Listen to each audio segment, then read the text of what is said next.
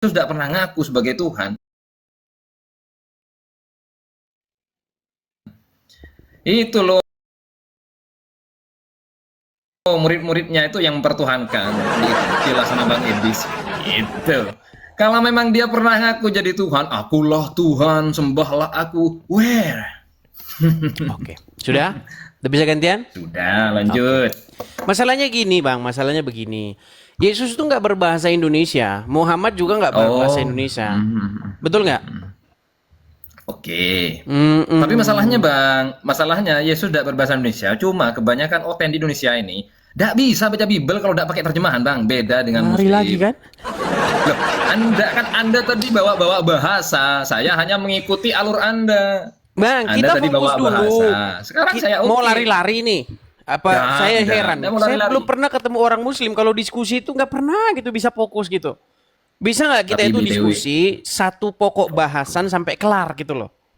Oke. Muhammad mati. Lanjut. Nah, sekarang begini. Kalau memang Muhammad itu sudah meninggal di kuburan, sudah menjadi mayat di dalam kubur, berarti yang memuji-muji, yang memuliakan, berseru kepada orang dalam kuburan, itu agama apa?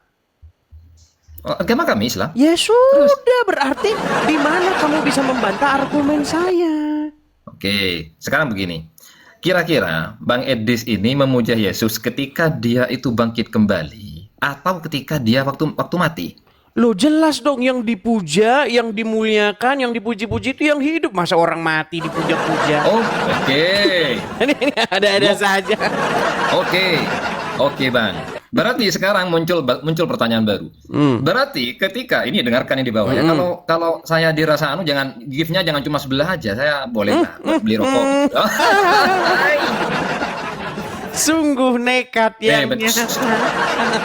Ya, sama-sama nyari-nyari lah. Silakan. Bisa lah buat beli rokok. Begini Bang, kalaulah tadi Anda mengatakan saya hanya menyembah kepada yang hidup dan bla bla bla bla. Oke, sekarang muncul pertanyaan baru. Berarti sosok Yesus ketika beliau mati itu apa? Masya Allah, terima kasih Bang. Masya Allah, Masya Allah. Silakan.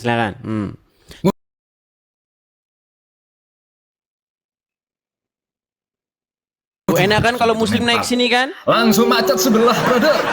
Kalau Muslim naik sini dapat hadiah tuh. Oh, silakan lanjut. Terima kasih Bang yang tadi itu. Terima kasih Bang Aman. Bukan Bang Aman, bukan. Silakan. Masya Allah. Ayo Bang, silakan dijawab Bang. Kalaulah Anda hanya memuja Yesus yang ketika hidup, ketika dibangkitkan, kira-kira ketika beliau, saya panggil beliau saja, karena seorang Muslim itu tidak sempurna keimanannya tanpa beriman kepada Yesus. Tapi Yesus kami tentu berbeda dengan Yesus versi Kristen. Kalau dalam versi Kristen itu dia itu disalib, kalau di kami lebih dimuliakan lagi. Kan nggak bisa fokus kan kemana? Loh. Aduh, nggak bisa saya minta fokus. Anda. Ini Anda mau bahas Yesus versi Islam lagi, lompat ke sana lagi, lompat ke sini lagi. Aduh. Saya fokus, brother. Jangan, brother. Dengar, Aman. Anas, Anda jangan fokus kepada koin. Dengar.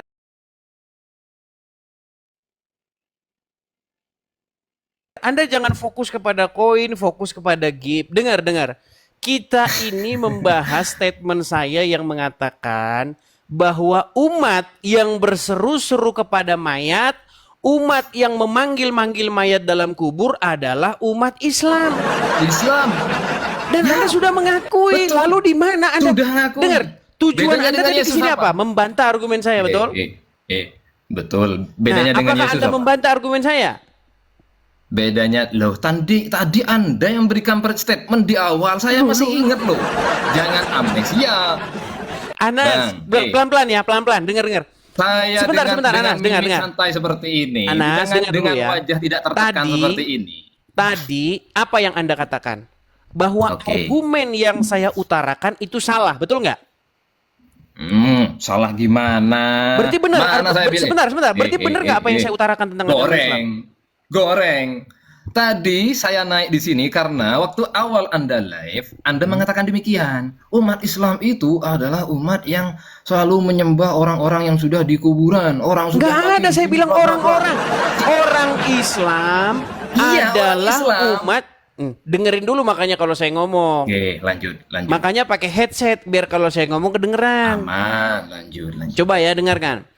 Umat Islam adalah umat yang berseru-seru kepada mayat di kuburan. Memuji-muji, memuliakan mayat dalam kubur. Nah, kamu tadi tidak memberikan bantahan. Kamu datang mengiyakan apa yang saya katakan. Lantas apa yang mau dilanjutkan? Oke, statement yang harus saya teruskan adalah kalaulah kami sebagai Muslim sudah tahu dan Anda sebagai Kristen menyadari hal itu, buat apa katakan Orang Kristen Tuhannya mati. Orang Kristen menyembah mayat. Padahal sebaliknya orang Islamlah yang menuhankan mayat di kuburan. Oh, Loh. oke. Habis ini bahas Tuhan. Tapi by the way Bang Edis, saya mohon dengan sangat, saya sudah 3 kali diturunin Bang Edis. Bang Edis ini 3 kali kabur dari saya. Saya nggak pernah ngomong kasar. Ini kayaknya pertama kali lo Anda naik sini nih. Loh, Sebelumnya kalau pernah. Kalau nggak percaya, bentar. Saya ambil HP, saya tunjukin bukti Anda kabur dari saya. Sebentar, mau? Sebentar. Biar kita tidak buang durasi. Saya screenshot di situ. Berarti Anda Saya pernah rekam naik ke di sini situ. sebelumnya? 3 kali Bang, 3 kali dan 3-3-nya turunin Baik. terus. Kali terus- ini kita lanjutkan ya. Sebentar. Dengar, tenang Anas, dengar. Tadi kamu sudah mengiyakan bahwa umat muslim memuja-muja mayat. Kamu sudah mengiyakan bahwa umat muslim berseru-seru kepada mayat. Coba kamu iyakan dulu biar kita lanjut yang ketiga. Loh, iya. Coba Saya iyakan berseru dulu. kepada Nabi Coba saya. ikuti perkataan saya. Saya Aduh, Anas. ngapain didoktrin? Nggak berani. Coba. Apanya Saya nggak berani? Anas. Ayo. Saya Anas. Aduh, ente itu nanti mau dibuat VT seakan-akan saya mengikuti doktrin Anda. Loh, kok saya Mau dikibuli? Anas, dengar. Nggak bisa. Kamu sudah mengiyakan kan? Main lucu-lucuan sama saya nggak bisa. Loh, Anas, Anda sebentar. kan tukang potong-potong Apakah video. kamu sudah mengiyakan? Sebentar, pertanyaan saya tadi belum dijawab sama Anda. Saya fokus. Masalah Muhammad mati dan Yesus mati. Pertanyaan saya tadi yang belum dijawab oleh Anda dan tiba-tiba paus melayang. Anjay. Ketika paus melayang, yaitu adalah ketika Yesus mati, dalam kondisi mati, dia kan 3 hari mati tuh. Nah, statusnya Tuhan atau bukan? Ya. Itu layak untuk dipuja atau tidak? Tetap. Silakan. Nah, kalaulah tetap, apa bedanya Yesus yang mati dengan ketika dia bangkit? Oh, beda lah. Kalau seandainya Yesus tidak bangkit, maka kami mempertuhankan mayat seperti kamu umat Islam. Katanya Tapi sama, karena Yesus sekarang kok bangkit, beda. Yesus hidup, makanya kami beda dengan kalian. Kalian masih mengikuti mayat dalam kubur, kami mengikuti Yesus yang hidup. Sedangkan kalian mengikuti Muhammad yang mati di kuburan. Coba sebentar, sebelum kita mau naik ke selanjutnya nih, bahwa umat. Apalagi jawaban Gini. macam apa itu? Kamu coba, saya mau minta ini, teman-teman rekam ya. Kamu sudah mengiyakan bahwa umat Muslim memuja, memuliakan mayat. Nabi Muhammad yang sudah wafat yang ada di kuburan jasadnya, iya tetap Ya. kami muliakan. Kamu memuja mayat? Iya, tetap saya Oke, sanjung beliau. memuja mayat. Oke, diakui. Kedua, kamu mengakui bahwa umat Muslim Aduh, apa berseru-seru kepada mayat. Umat Islam berseru-seru kepada Nabi Muhammad. Mayat nggak?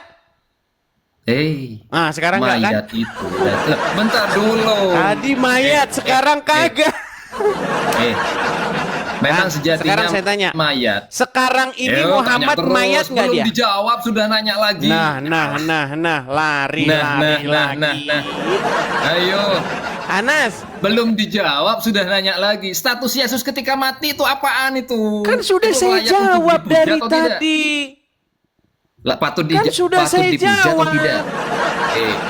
Patut dipuja atau tidak? Loh, Kan sudah saya jawab Loh, dari tadi. Seandainya Yesus tidak jawabannya apa? Patut bangkit, dipuja seandainya atau Yesus tidak? sampai sekarang masih di kuburan, ngapain Nah. kami ikut Yesus? Kalau Yesus sampai sekarang di kuburan, artinya kami pengikut orang mati seperti kalian.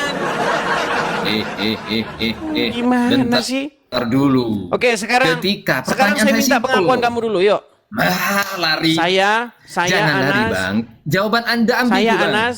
Jawaban Anda ambigu sama halnya seperti Yesus mengakui dirinya sebagai Tuhan. Sama-sama ambigu. Mana nih orang nih? Ayo. Oke lah, Anas, Kemudian kamu sudah tadi mengakui. nanti kita lari ke statement Anda yang barusan mempertuhankan Intinya kamu sudah mayat. mengakui, Nanti lari ke Anas, sana. bahwa- Habis ini ke sana loh. Gimana? Habis pembahasan mayat, kita lari ke pembahasan mempertuhankan Nabi Muhammad. Oke, mempertuhankan Tadi Anda Muhammad. menyebutkan Oke, itu. sekarang kita mempertuhankan. Iya. Membahas mempertuhankan. Loh. Gini, Anas. Iya, tapi yang tadi gimana? Yang tadi Mempertuhankan itu gimana? apa, Anas? Bentar dulu, yang tadi gimana? Yang masalah mayat itu udah beres belum? Baik. Karena kamu nggak jelas orangnya, kamu di bawah saja. Aduh. Iya, banyak orang pansos, teman-teman. Saya tahu ya. Jadi kita naikkan muslim-muslim yang nggak apa-apa lah, ya, walaupun pansos, walaupun apa. Ini loh enaknya ya kalau di sini ya. Muslim tidak pernah dibisukan di sini. Ya, tidak pernah saya membisu-bisukan orang di sini. Beda kalau di channel sebelah. Kalau di channel sebelah Kristen naik itu dibisukan kalau ngomong. Nah, suaranya pun dibikin besar sekali, begitu ya. Ya, silakan. Muslim di sini itu saya perlakukan dengan baik, ya. Saya berikan kesempatan, tidak saya bisu-bisukan seperti itu. Yo, silakan. Zibril. Ya, Jibril, selamat malam, Bang Zibril. Ya, Ya, gimana Bang Zibril? Teman Anda tadi sudah mengakui umat Islam berseru-seru kepada mayat di kuburan. Umat Islam pemuja mayat di kuburan udah diakui. siapa yang Mana? memuja? Itu Apa? statement sampean memuja. Dia tadi sudah mengakui Zibril. Menghormati karena Rasulullah Muhammad adalah yang diutus, manusia yang diutus Oke. sebagai Pertanyaan nabi. saya, betulkah untuk umat muslim sekarang memuji-muji Muhammad? menyempurnakan akhlak. Ya Rasulullah. Tugas Muhammad Benar nggak? adalah menyempurnakan akhlak. Pertanyaan Ya. saya bukan itu. Apakah sekarang ini umat muslim masih berseru-seru ya Rasulullah? Betul nggak sampai sekarang? Itu perintah Allah. Kan yang ditanya apa yang Itu- jawab? Iya, kenapa manusia? betul tidak umat muslim sekarang Dengerin berseru-seru kepada dengerin Muhammad? dulu. Di situ nanya, saya jawab. Sekali saya jawab, situ bantah. Ya, dengerin Oke. dulu kalau mau Kamu mau masalahnya diskusi. tidak nyambung Zibril. Kalau Yang mau dis- saya ya itu tanya saya- itu itu saya betul jawab. atau Itu saya tidak? jawab. Kamu jawab perintah Allah. Ini kan kamu nggak nyambung. Dengerin, ya,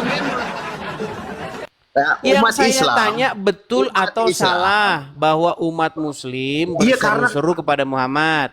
Ya dengerin dulu, situ kan nanya kan. Saya jawab sampai selesai, jangan dipotong. Silakan. Kalau mau mendengar jawaban sampai selesai itu namanya diskusi. Orang Silakan, kuliah, silakan. Jangan kayak Jangan anak curhat, TK. jangan nangis, silakan. Enggak, saya jelasin sampean kayak anak TK. Silakan, Ya. silakan. Nah, jadi kalau sampean nanya kenapa umat Islam berseru-seru, itu karena ada perintah dari Allah. Berseru-seru kepada mayat, betul? Bersalawat, Iya, berseru-seru kepada mayat nggak kalian? bersalawat. Allahumma sholli ala sayyidina Muhammad. Nggak usah Arab-Araban. Kalian berseru-seru nggak kepada mayat? Ya itu kan bersalawat. Bersalawat itu apa bahasa Indonesianya? Iya, mengagungkan. Iya, mengagungkan mayat, betul? Bersalawat. Ya kan mulai. namanya manusia ya mati. Muhammad, Rasulullah. kalian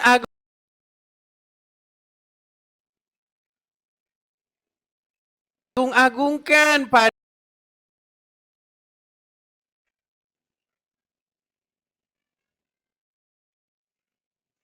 Padahal dia Rasulullah itu sudah siapa? mati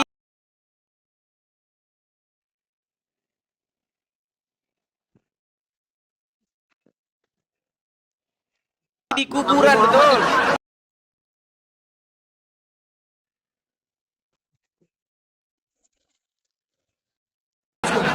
Nabi Manu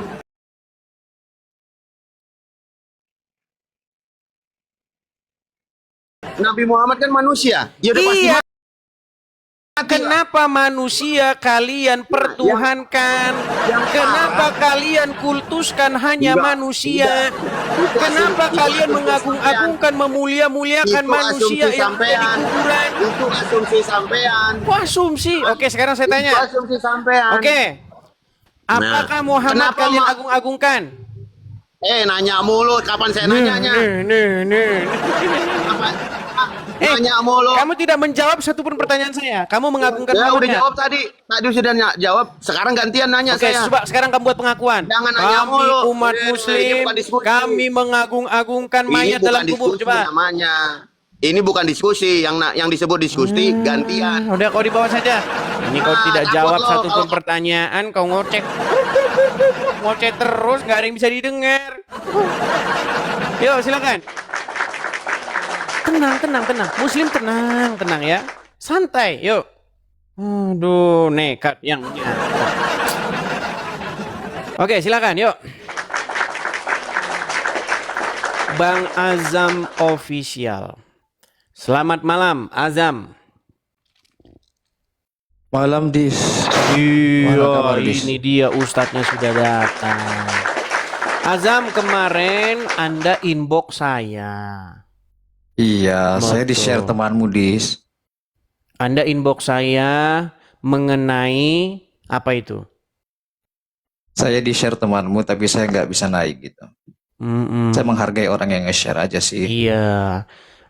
Sebenarnya gini Azam, Anda akui nggak banyak Islam yang botol yang naik ke sini? Anda akui nggak itu?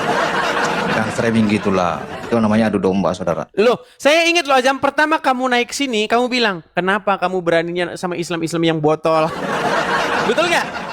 Ya udah lanjut kita tema aja. Jangan gitu-gitu itu adu domba namanya lah. Kan gitu. Saya disclaimer Azam, dulu ya bener. teman-teman. Saya disclaimer dulu Edis. Jangan Silakan. sampai ada fitnah ya kan. Silakan. Saya disclaimer dulu, ketika saya naik di roomnya Edis ini, saya tidak nyari koin, saya mengharamkan orang yang give saya. Bahkan ketika saya live sendiri, saya haramkan orang untuk give saya. Udah itu aja. Oke, lanjut. Iya. Oke. Baik, Azam. Sekarang begini Oke. Azam. Sebenarnya antara Islam dan Kristen ini, ya, di sini orang Islam ini kebanyakan menuduh orang Kristen. Tuduhan yang dituduhkan kepada orang Kristen sebenarnya itu dilakukan oleh umat Muslim. Seperti Contoh, kenapa kamu menjadikan Yesus sebagai Tuhan? Manusia kok dijadikan Tuhan? Sementara kamu menjadikan manusia sebagai Tuhan. sampai kiamat orang ada 1 jam nggak ada lah kata Tuhan Nggak kayak gitu. ada. Mau Tuhan, mau Tuhan di Quran nggak ada. Orang Quran aja bahasa Iya. Arab, betul? Iya, Yang ada di dalam Quran itu kata Rob, betul? betul. Tapi Dan- begini. Sebentar dulu aja. Iya, oke, Sebentar.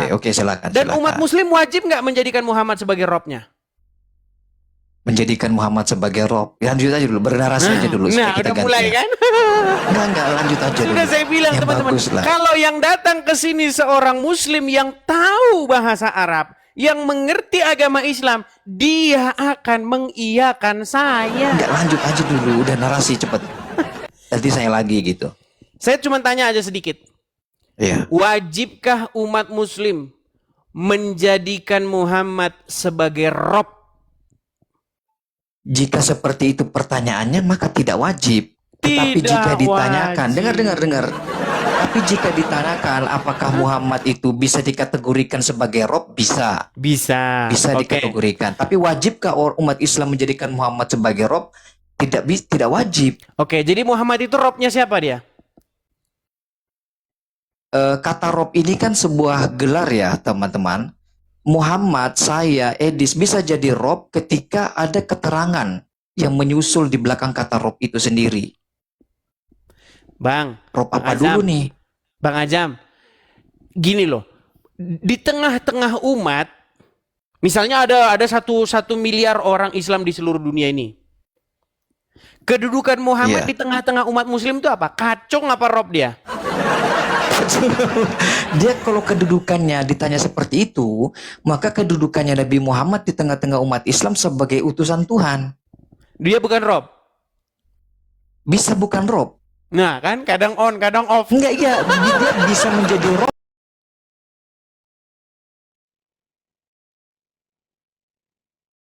Bisa tidak menjadi Rob. Rob apa dulu? Maka saya katakan Rob ini kan gelar. Dia harus ada sesuatu yang mengikuti di belakangnya. Kalau saklarnya orang Arab memang. bilang idhofah, tapi saya tidak menggunakan diksi-diksi itu karena sulit untuk dipahami. Jadi saya mengatakan kata Rob itu bisa disematkan kepada Muhammad Shallallahu Alaihi Wasallam ketika ada keterangan yang mengikutinya. Oke. Sekarang kita ambil satu contoh saja ya Azam ya. Sebentar, saya ambilin HP saya. Saya ambilin satu contoh bagaimana ada seorang nabi di dalam Al-Qur'an, dia Nah, itu sudah menjadikan selesai manusia sebagai pembahasannya robnya. itu. Ya Yusuf kan? Oke, betul nggak Nabi Yusuf menjadikan seorang manusia sebagai robnya? Betul. Betul. Berarti berapa robnya Nabi Yusuf? Banyak. Seandainya dia bisa menjadi budak dari Enggak. beberapa Di orang, Quran bisa itu menjadi aja. banyak robnya. Jangan asumsi liar. Yusuf menyebutkan seorang manusia sebagai Robbi, betul nggak? Hmm. Nah, Allah Robbinya juga nggak? Pernah nggak Edis baca dalam Al-Quran bahwa Yusuf di dalam Al-Quran yang Edis baca pernah menyebut Tuhannya sebagai Rob? Baik, walau tidak disebutkan, berarti Allah itu Robnya Yusuf nggak? Iya. Ajam, gini, Ya. saya tahu kamu takut sama umat. Umat ini kan banyak yang unyu-unyu nggak tahu apa-apa, ya kan? Iya, sudah Kamu saya ikuti. kamu takut dengan dalam tanda kutip kedunguan umat yang membuat umat nanti salah paham dengan kamu. Jangan takut. Iya, itu. Justru umat yang dungu itu kamu cerdaskan. Jadilah seperti orang ini. Saya suka dengan orang ini. Namanya dia Daman Al-Mantiki asal Aceh. Ya, dia mengakui jujur loh. Dia jujur mengakui. Dia saya tantang. Berani nggak kamu bilang kepada umat Muslim bahwasanya Muhammad itu adalah Rob kamu? Dia bilang, saya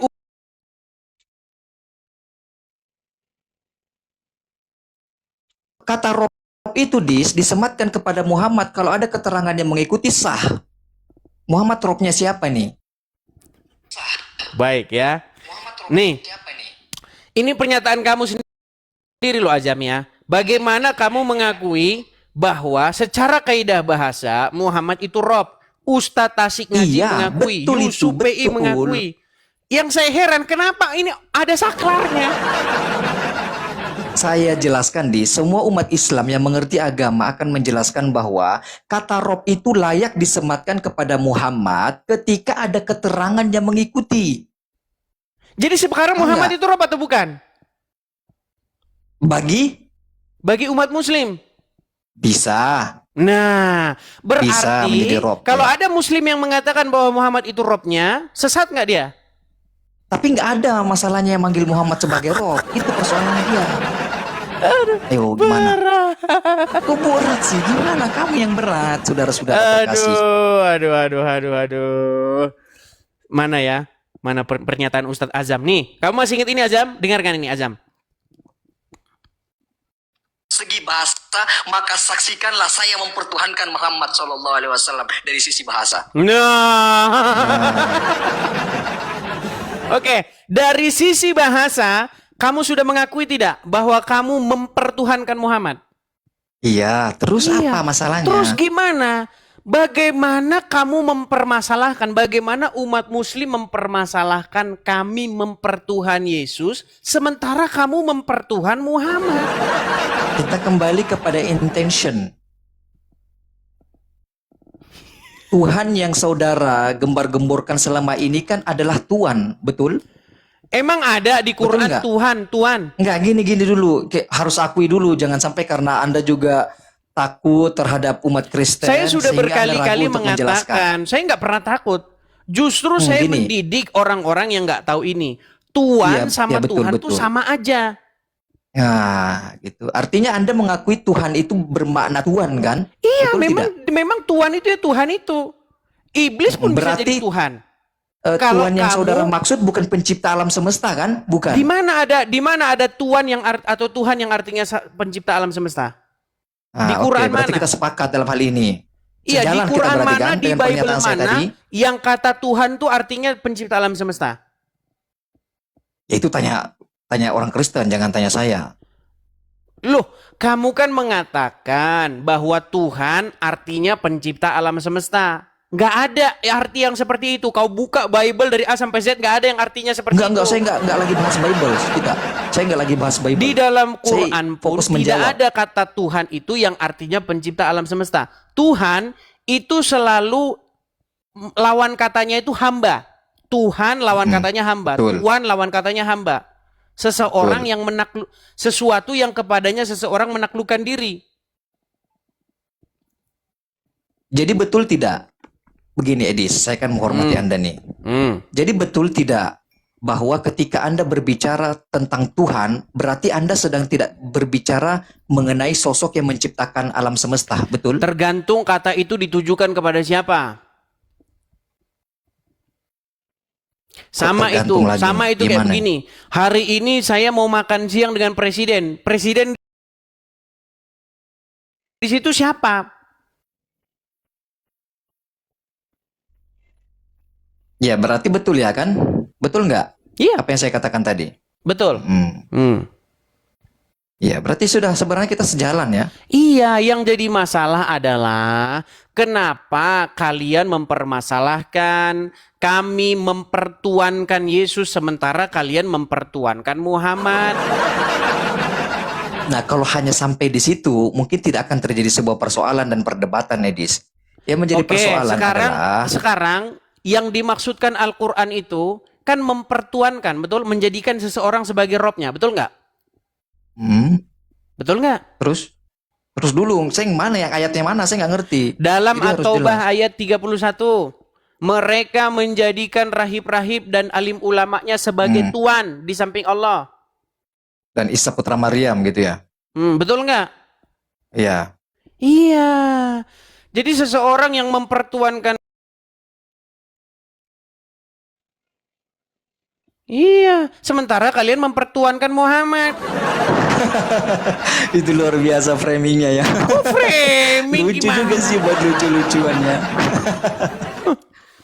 Sekarang begini aja, posisi umat Begini dulu kan Muslim. sudah ngomong tuh gantian lah. Kan kita saling menghargai. Silakan, Begini, silakan. Ketika Apa yang umat mau Anda Islam, utarakan? Silakan. ketika umat Islam mengikuti instruksi apa yang disampaikan oleh Nabi Muhammad itu atas perintah dari siapa? Baik, ketika umat Muslim mengikuti instruksi dari Muhammad, sebenarnya kalau kita baca di dalam Al-Quran, kata Muhammad Allah yang bilang begitu. Oke, sedangkan ketika orang-orang Yahudi dan Nasrani yang di dalam surah At-Taubah ayat 31 itu mempertuhankan rahib-rahibnya atas instruksi siapa? Baik, di situ tidak ada atas instruksi Allah. Berarti kemauan diri sendiri kan? Betul. Berarti kembali kepada intention masing-masing. Baik. Begitu. Yang Baik. santun kita diskusinya. Baik. Jadi begini Azam, kalau kamu membuat sebuah klaim bahwasanya apa yang kamu perturutkan kepada yang kamu lakukan, kamu ikuti, kamu taati itu adalah perintah dari Allah, berarti kamu tidak boleh mengikuti Muhammad kalau tidak ada perintah dari Allah, betul? Betul. Oke. Ada nggak perintah dari Allah supaya Muslim pergi ke Arab nyium-nyiumin batu? Baik.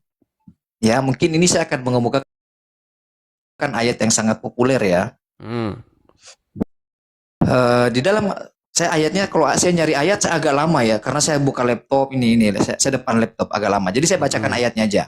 Di dalam Al-Qur'an surah Al-Ahzab kalau saya tidak salah, ayatnya sangat populer. Laqad kana lakum fi Rasulillahi uswatun hasanah. Sungguh ada pada diri Rasulullah SAW suri tauladan yang baik. Jadi apa yang dilakukan oleh Rasulullah itu disuruh untuk mengikuti, termasuk pergi melakukan ritual mengecup batu Hajar Aswad yang ada di Arab Saudi sana. Begitu. Baik. Sudah? Sudah. Jadi kamu percaya bahwa semua yang dilakukan oleh Muhammad itu, semua yang diperbuat dia itu atas perintah dari Allah atau kemauan diri sendiri? Kalau semua apa yang dari Nabi Muhammad itu betul, tetapi semua yang sampai kepada kita yang mengataskan Nabi Muhammad pada hari ini belum tentu betul. Oke, jadi Muhammad diperintahkan oleh Allah untuk menciumi batu. Iya. Di mana ayatnya? Wahai Muhammad, Nah, baru saya ciumilah baca batu. tadi. Nggak ada, saya nggak lihat. Di mana ayatnya Muhammad suruh nyiumin batu? Baru saya baca tadi ayatnya. Al-Quran kan hanya menjelaskan segala sesuatu itu secara global. Adapun menspesifikasikannya itu adalah tugas utusan. Oke, jadi kamu berasumsi bahwa apa yang dilakukan Muhammad itu berdasarkan wahyu semua. Apa yang dilakukan oleh Nabi Muhammad semua berdasarkan wahyu, tetapi apa yang sampai kepada kita pada saat ini yang mengataskan Nabi Muhammad belum tentu itu benar dari Nabi Muhammad. Oke, baik. Berarti segala sesuatu yang dikerjakan Muhammad, segala sesuatu yang dilakukan oleh Muhammad berdasarkan wahyu. Iya. Oke, kalau begitu kenapa Allah menegur Muhammad atas apa yang diperlakukan dia? Bukankah itu wahyu? Allah di surah mana itu? At-Tahrim. Oke, misalnya di dalam surat At-Tahrim, bagaimana di situ Muhammad bersumpah dia akan mengharamkan Maria Kipti untuk tidak digauli lagi di ranjangnya Hafsah. Padahal itu sudah dihalalkan oleh Allah. Bagaimana Muhammad melakukan sesuatu, kata Anda itu adalah wahyu, sementara Allah menegur apa yang dilakukan oleh Muhammad. Ini kan perkataan Anda kalau ya silakan. Ini kan pernyataan Anda menghajar pernyataan Anda yang sebelumnya, di mana Muhammad melakukan segala sesuatu berdasarkan wahyu, sementara wahyu yang dilakukan Muhammad malah diprotes sama Allah. Artinya Allah memprotes wahyu yang diturunkan oleh dia sendiri. Baik.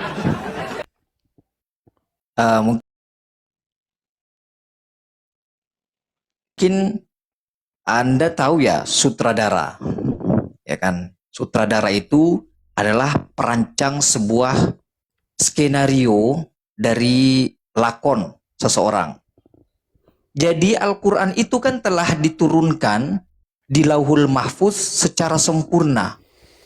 Dari Lauhul Mahfuz ke Baitul Izzah atau malam bahas apa ya dogma bahasanya? ya, Aduh, gimana ya? Azam, kamu jangan bahas dogma. Oke, saya kesampingkan. Makasih, Saya kesampingkan dogma. Saya pakai argumentasi jangan umum saja. pakai Oke, saya lepas. dogma. Kita nggak bahas saya buang dogma. Oke. Kalau bahas saya dogma buang di channel dogma. lain, kita nggak bahas dogma. Oh iya, oke, saya buang. Saya lepaskan. Oke, kita bahas yang argumentasi yang bisa dinalar oleh orang Di pada channel umumnya saja saya ya. ini kita tidak bahas dogma. Kalau bahas dogma, kita debat kusir. Oke, siap Edis. Saya hargai Anda. Oke. Silakan. Jadi ayat tersebut ingin mengajarkan bahwasanya Nabi Muhammad itu manusia, dan ayat tersebut di dalam surah At-Tahrim itu ingin mengkonfirmasi ayat yang di dalam surah Al-Kahfi yang berbunyi di ayat terakhir itu ya, saya nggak tahu ayat berapa itu, pokoknya di terakhir deh, 10 terakhir. Qul innama ana basyarum mislukum yuha. Katakanlah wahai Muhammad kepada seluruh umatmu bahwasanya saya ini hanya manusia biasa seperti kalian.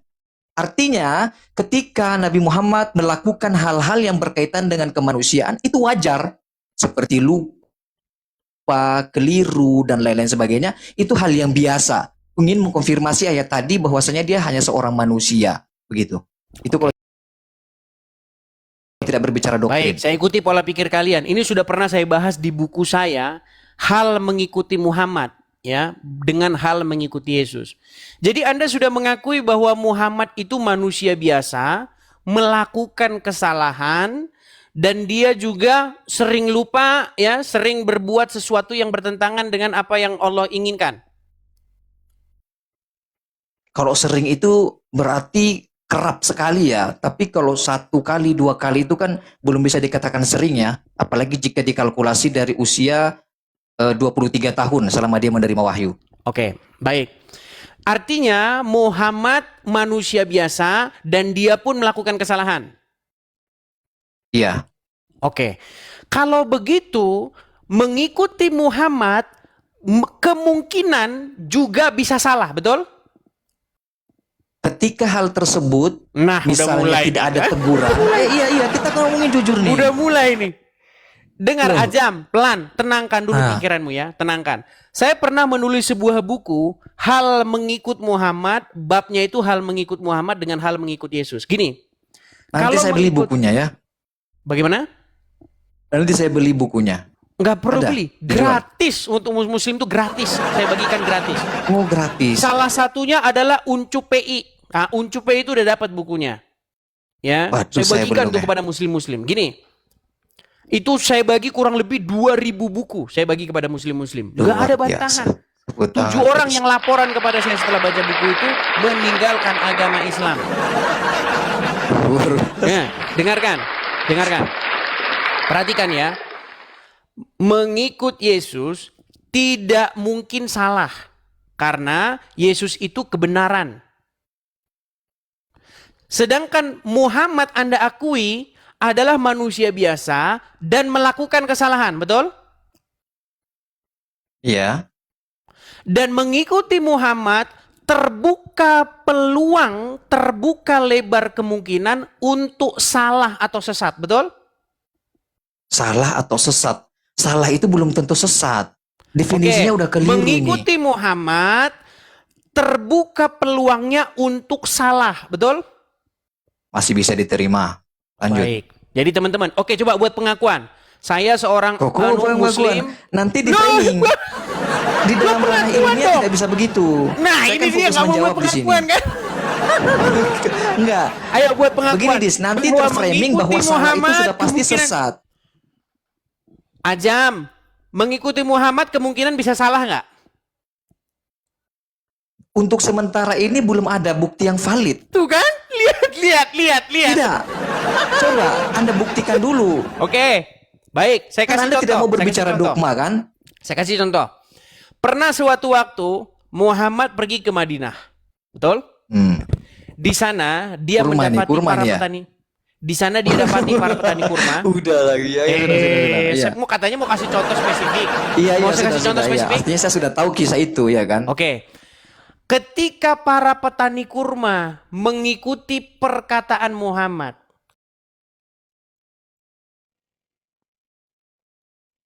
mereka akhirnya berada di dalam sebuah kebangkrutan nggak?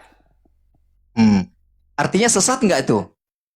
Dalam definisi agama. Baik. Mereka berada di jalan yang salah nggak ketika mereka mengikuti Muhammad? Salah, tapi sesat nggak dalam definisi agama? Oke, kita jangan ngomongin sesat dulu. Jangan ngomongin sesat. Karena nanti kalau sesat iya. nanti konotasinya agak lain. Gini, ketika para petani kurma mengikuti Muhammad, maka mereka berada di dalam kesalahan. Betul? Kekeliruan, betul. Kekeliruan. Artinya ada contoh-contoh orang yang mengikuti Muhammad justru berada di dalam kekeliruan. Padahal Muhammad yang sama bilang, barang siapa yang taat kepadaku, maka sesungguhnya dia telah taat kepada Allah. Betul? Betul. Pernahkah orang yang taat kepada Allah di detik yang sama berada dalam kekeliruan? Tidak. Pernahkah orang yang taat kepada Muhammad berada dalam kekeliruan? Pernah. Artinya, klaim Muhammad mengikuti dia sama dengan mengikuti Allah adalah dusta. Baik, boleh dijelaskan? Silakan. Oke, Silakan. begitu. Ayat yang berbunyi wa mayyuti'ir rasula faqad ata Allah. Barang siapa yang taat kepada Rasul, maka sungguh dia telah taat kepada Allah. Itu semua hal-hal yang berkaitan dengan ayat-ayat tersebut diletakkan di surah manapun itu berbicara mengenai syariat, karena di dalam Al-Quran itu tidak ada hal-hal yang membicarakan tentang teknis pertanian. Nah, ketika apa-apa yang dikelirukan oleh Nabi Muhammad, semua itu kaitannya dengan hal-hal teknis keduniaan. Tidak ada hal-hal yang berhubungan dengan syariat, begitu. Jadi ketika kita mengikuti Nabi Muhammad dalam hal-hal bab syariat, maka tidak akan pernah ada kekeliruan. Kenapa? Karena semua ada kontrol dari langit, yaitu pencipta alam semesta, Allah Subhanahu wa taala. Itu aja sih dari saya, Dis. Baik, artinya ketika taat kepada Muhammad bisa saja seseorang itu keliru, tetapi ketika taat kepada Allah, orang tidak bisa keliru. Dalam hal keduniaan tentu orang bisa keliru. Coba misalnya Nabi Muhammad gimana caranya buat rudal? Kalau Mungkin mengikuti kalau dia Allah hidup dalam pada hal saat ini nggak tahu keduniaan dia. keliru nggak? Sebentar Ajam. Kalau dalam hal keduniaan mana perintah Allah dalam hal keduniaan? Misalnya buat rudal, buat balistik, roket, ada Oke, nggak? Nggak berarti ada, kan? berarti tidak usah mengikuti Allah dalam hal keduniaan. Ada nggak instruksinya? Kalau ada, ayo kita diskusikan. Makanya saya bilang, Bingung sendiri. makanya saya bilang, ketika seorang ustadz yang sungguh, teman-teman saya kasih informasi ya, ini Ajam ini dia betulan ustadz. Saya akui dia betulan ustadz karena dia tahu. Makanya saya nggak perlu capek kalau ngomong sama ustadz. Saya ngutip ini, saya ngutip ini, dia langsung tahu dia. Makanya dari situ saya simpulkan dia ustadz. Nah, orang awam Ajam datang ke sini membantah saya. Ustadz datang ke sini mengiyakan saya. Oke, coba kamu buat pengakuan terhadap umat. Wahai umat muslim, mengikuti Nabi, mengikuti Muhammad, bisa keliru. Silakan, buat statement itu. Kalau dalam hal keduniaan, Buat statement dulu dong. Nabi itu Ayo. ya dengar dulu dong. Buat Ini kan statement mau dulu, yuk. menjelaskan. Wahai umat muslim, Bukan pilihan mengikuti ganda, ya Muhammad kan? itu bisa keliru. Silakan. Dalam hal keduniaan, ketika kita mengikuti sosok Nabi manapun itu bisa saja keliru karena mereka diutus bukan untuk itu. Lihat. Dia Iya, harus itu bahasa melintir dulu. diplomatis, Dis. Melintir ke Ajam. Saya nggak ngomong nabi lain. Saya nggak ngomong nabi lain. Saya ngomong Muhammad. Tolong kamu buat statement. Ya, pokoknya itulah penjelasan Saya, kita, Dis. aduh Ajam. Saling menghargai Makanya saja saya lah. bilang teman-teman, dia takut sama umat. Ayo Ajam, buat pengakuan yuk. Wahai umat, marilah kita sadari, marilah kita akui bahwa mengikuti Nabi, Itu kekanak-kanakan menurut mengikuti saya. Itu Muhammad. bukan sebuah diskusi yang baik menurut saya. Loh, tadi Anda sudah mengakui, sekarang tidak mau Maksudnya mengakui bagaimana? Saya katakan kalau dalam hal-hal keduniaan, Nabi itu bisa saja kru. Kalau dalam hal-hal keduniaan, mengapa? Karena mereka diutus bukan untuk itu. Oke, Begitu loh. sudah? Iya. Oke, Ajam.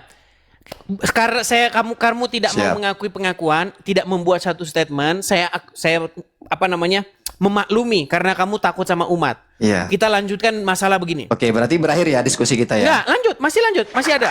Kelanjutan dari itu lanjut. masih ada. Soalnya saya menghargai dari teman-teman Kristen yang share ke saya begitu kan agar tidak di framing. Wah, Azam nggak mau naik sama Edis ya. Ini kan saya menghargai saja. Gini Azam, gini. Pertama-tama Azam, seorang Muhammad hanya memiliki satu saja mulut dan satu saja lidah. Setuju? Yalah semua orang gitu lah gitu sih. Bukan, Aneh-aneh aja karena pertanyaannya. Anda sedang membuat dua sosok Muhammad sekarang. Kok gitu? Baik, saya buktikan. Dari satu mulut Muhammad, pernahkah keluar kebohongan atau kekeliruan? Jadi begini ya, Pertanyaan saya simple loh. orang-orang itu Azam, masing-masing memiliki pertanyaan saya spesialisasi, Dis. Waduh. Udah mulai dia sinyalnya pura-pura diputus sambungkan, pura-pura. Nggak Udah ada yang ngasih-ngasih putuskan. kode. Dia tangan saya di sini Sinyal loh. matikan Saya depan hidupkan. laptop ini. Barangkali saya tidak tahu pertanyaan Edi, saya bisa searching di laptop gitu. Oke, gini Azam. Kita tahu bahwa Muhammad hanya memiliki satu mulut dan satu lidah saja. Pertanyaan saya, pernahkah keluar dari mulut yang satu itu kesalahan? Kesalahan. Tentu sebagai manusia dia berpotensi sebagai manusianya ya dalam saya hal tidak tanya keduniaan. dia berpotensi. Saya tidak tanya dia berpotensi. Pernahkah keluar dari yang mulut yang satu itu kesalahan? Jika merujuk daripada hadis yang Edis bacakan tadi tentang petani kurma, ya dari sisi keduniaan bisa keliru.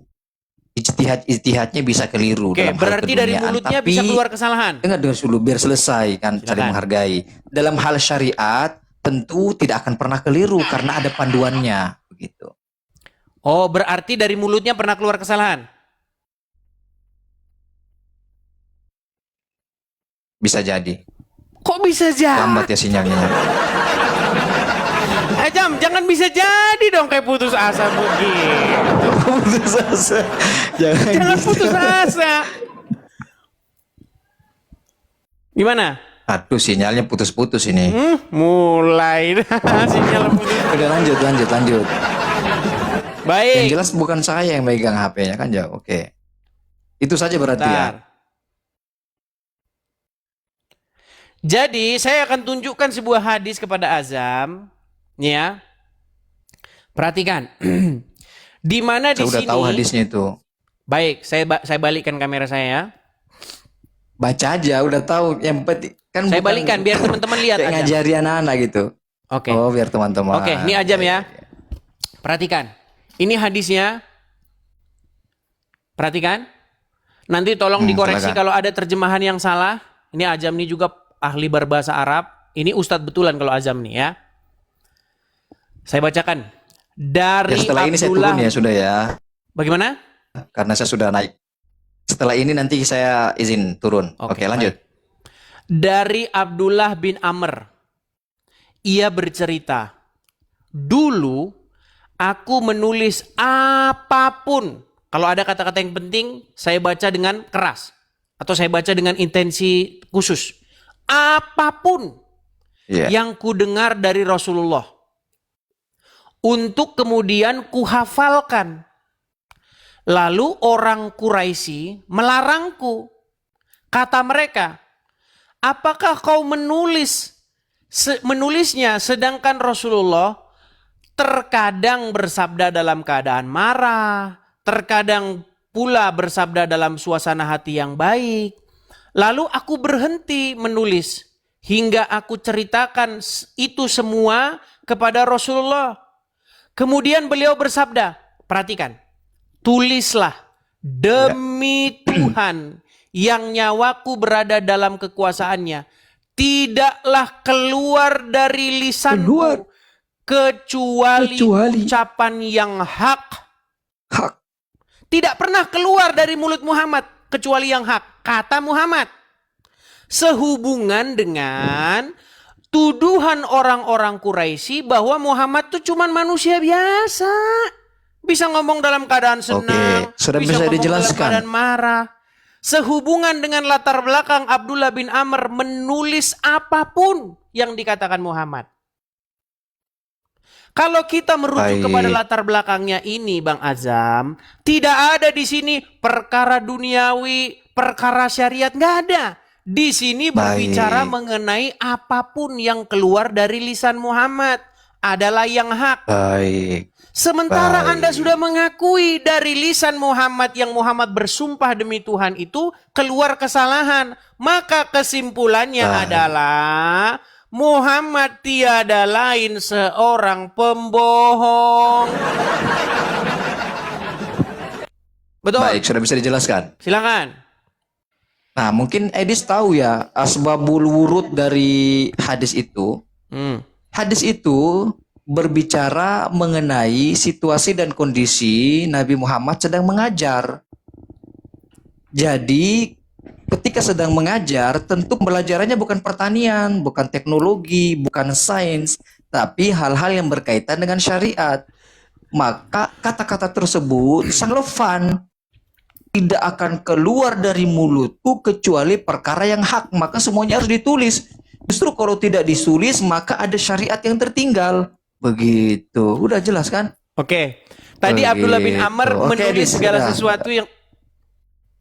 Ya udah cukup dulu kuota saya untuk berdiskusi dengan Edis pada malam hari ini. Nanti kita naik lagi ya. Oke, baiklah Pak Jam. Tapi saya salut ya kepada turunkan Anda. saya. Iya. Mulai. Iya, betul. Lanjut, saya hargai. Enggak, silakan bicara dulu. Baik. Jadi teman-teman, Ajam ini seorang ustadz. Saya mau nanya Ajam, setelah diskusi dengan saya kemarin hari ini, banyak nggak yang inbox yang mengatakan bahwa Anda tersesat, berani Anda lancang Yang caci maki banyak. Bahkan saya dituduh Kristen Koptik. Karena saya berjanggut, saya dituduh Kristen Koptik. Nggak masalah, saya tidak terlalu peduli dengan perkataan orang. Artinya kita memiliki kapasitas keilmuan masing-masing. Ketika kita tidak sanggup berargumen, ya kita jangan nyerang pribadi. Kita bantah argumen dengan argumen, bukan sentimen. Kan begitu bagusnya. Oke. Jadi Bang Ajam, Anda mengakui sudah banyak muslim-muslim yang kontra, mengkritik, memaki-maki Anda. Setuju? Iya. Kristen Koptik, saya dikafirkan sebagai Kristen Koptik. Gak apa-apa. Lihat tuh teman-teman ya. Jadi itu teman-teman ya, saya sudah bilang, nah kabur dari dia. Jadi teman-teman saya bilang ya, orang awam datang ke sini membantah saya.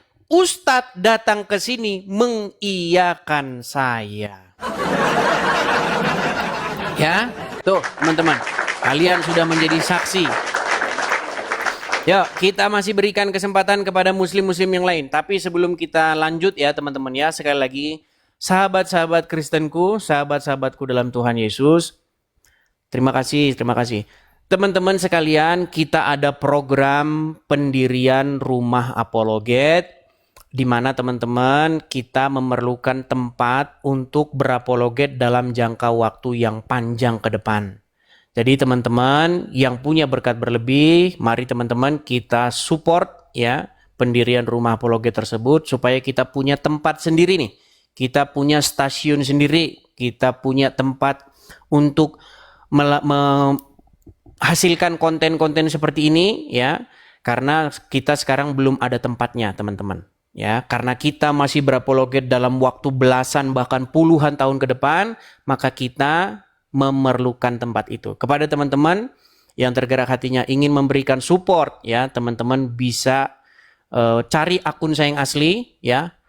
Mampir ke akun Sayang Asli, lihat di situ berandanya, teman-teman bisa melihat di situ ada link untuk berkolekte sama-sama support mendirikan rumah apologet tersebut. Mudah-mudahan teman-teman akhir tahun ini ya teman-teman ya, kita sudah ada progres, kita sudah ada sesuatu yang kita tunjukkan nanti ya akhir tahun ini teman-teman. Bagi teman-teman yang belum tahu, mampir ke profil. Bagi teman-teman yang nggak ngerti, cari linknya di profil. Teman-teman bisa tangkap layar ini ya. Ini kolekte untuk pendirian rumah apologet ada di sini. Karena kita ini tidak di Konoha teman-teman. Seandainya saya di Konoha, kita tidak perlu mendirikan rumah apologet. Karena kita ini berapologetnya tidak dari Konoha. Kalau dari Konoha, kita dijemput polisi. Karena di negeri Konoha yang boleh bahas agama orang lain cuman orang Islam. Ya, kepada teman-teman yang punya berkat berlebih, teman-teman bisa support di sini. Kepada teman-teman yang lagi nonton di YouTube saya juga saya tautkan di beranda, teman-teman bisa support tuh ada tulisan berjalan. Ya, seperti itu. Oke, kita lanjutkan kembali ya. Kita lanjutkan kembali. Silakan ya kepada teman-teman muslim, ajukan permintaan naik, bantah apa yang saya utarakan, bantah apa yang saya narasikan selama ini tentang agama Islam. Oke. Halo Bang. Advokat Asri SH, waduh banyak kali nih anunya Bang, gelarnya Bang. Bareskrim Polri. Ya, silakan Bang, nyalakan kamera. Muslim Ya, Bang. saya ada yang mau saya ini kan Bang. Saya Kristen Bang. Saya support Abang terus. Aku lihat live Abang akhir-akhir ini makin sepi.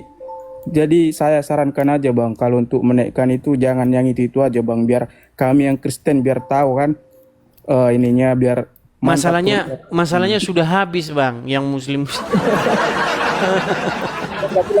Ya, besok kita akan buat konten-konten yang bukan hanya sekedar diskusi gitu. Kita buat podcast, ya kan kita belum bikin podcast kan gitu.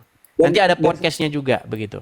Dan satu lagi, kalau yang pembahasan ibu yang lebih ekstrim aja lah, biar penontonnya makin ini kan.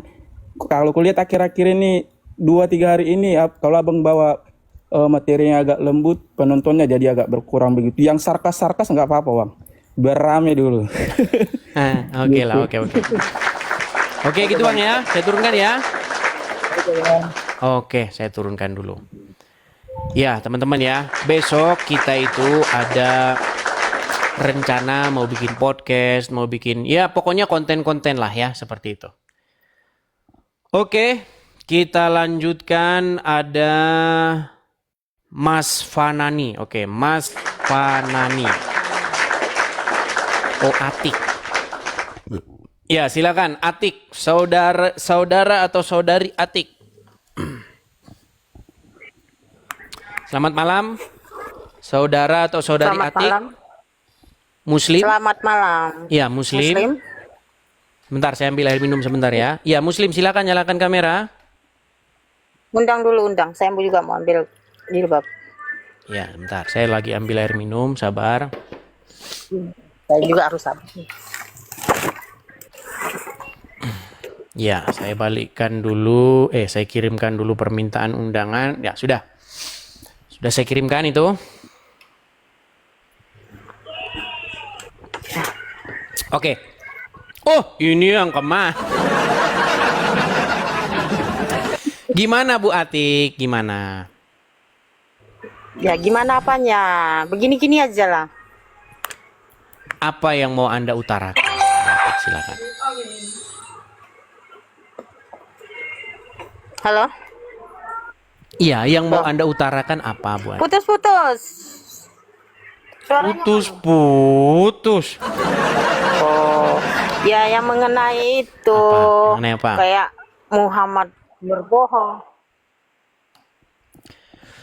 Tadi Mengenai seorang Muhammad berbohong, yang mengenai kencing onta, mengenai satu-satu Bu Aisyah Atik. kawin di bawah Satu-satu Bu Atik, umur. satu-satu. Itu kan istilahnya, iya satu-satu yang di udah banyak ditimbun-timbun ini.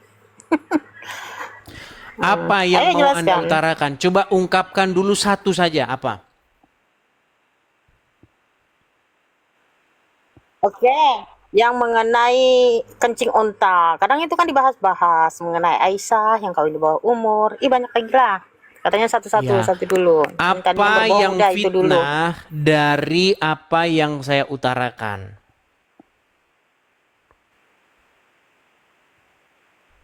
Enggak mengatakan fitnah. Apa yang Anda utarakan itu benar, tapi yang dikatakan itu ada penjabarannya itu, seperti kuncing onta. Oke, benarkah Muhammad menyuruh minum kencing onta? Ya, Sebutkan Jadi? satu nabi yang nyuruh minum kencing hewan selain Muhammad. ya Muhammad lah. Iya, berarti Muhammad satu-satunya nabi yang nyuruh minum kencing hewan. Ya, benar. Iya, bagus. Iya, bagaimana mungkin kamu nekat nyuruh ngikutin orang minum kencing hewan? Itu kan ada penjabarannya. Oke, begini. Begini contoh ya, contoh. Di waktu COVID-19 kita divaksin. Divaksin itu kan ya saya nggak bisa mengatakan begini. Yang jelas di situ itu vaksin kemarin ya kan orang. ada juga. Ya iya. Bu Ya, contoh Ati, dong, Bu Ati, Miss. sebutkan satu manusia di bawah kolong langit ini selain Muhammad yang menyuruh manusia meminum kencingnya hewan. Saya sudah mengiyakan tadi Muhammad. Iya. Yang lain saya nggak tahu. Artinya tidak ada manusia, tidak ada nabi selain Muhammad yang menyuruh minum kencing hewan selain Muhammad. Sekarang saya tanya, Ya, itu kan apakah ada minum sebentar? Apakah minum kencing hewan itu adalah satu perbuatan yang menurut Anda sesuai dengan nalar, akal sehat? Ya, seandainya misalnya kita Oke, sakit, kenapa umat nggak muslim ada tidak minum? istilahnya, Kenapa nggak ada seluruh lain, umat nggak muslim ada- tidak minum dengar kencing dulu. hewan? Kenapa hanya muslim-muslim pengikut Muhammad saja?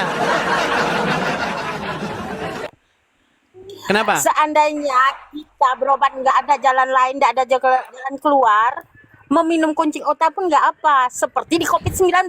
Dari mana nggak ada jalan lain?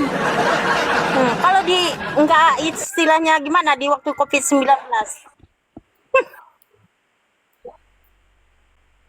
Nggak paham Oke, ini. artinya kamu sudah Kami mengakui, hak Anda babi sudah diharamkan. mengakui Oke, kami hak babi bahwa diharamkan.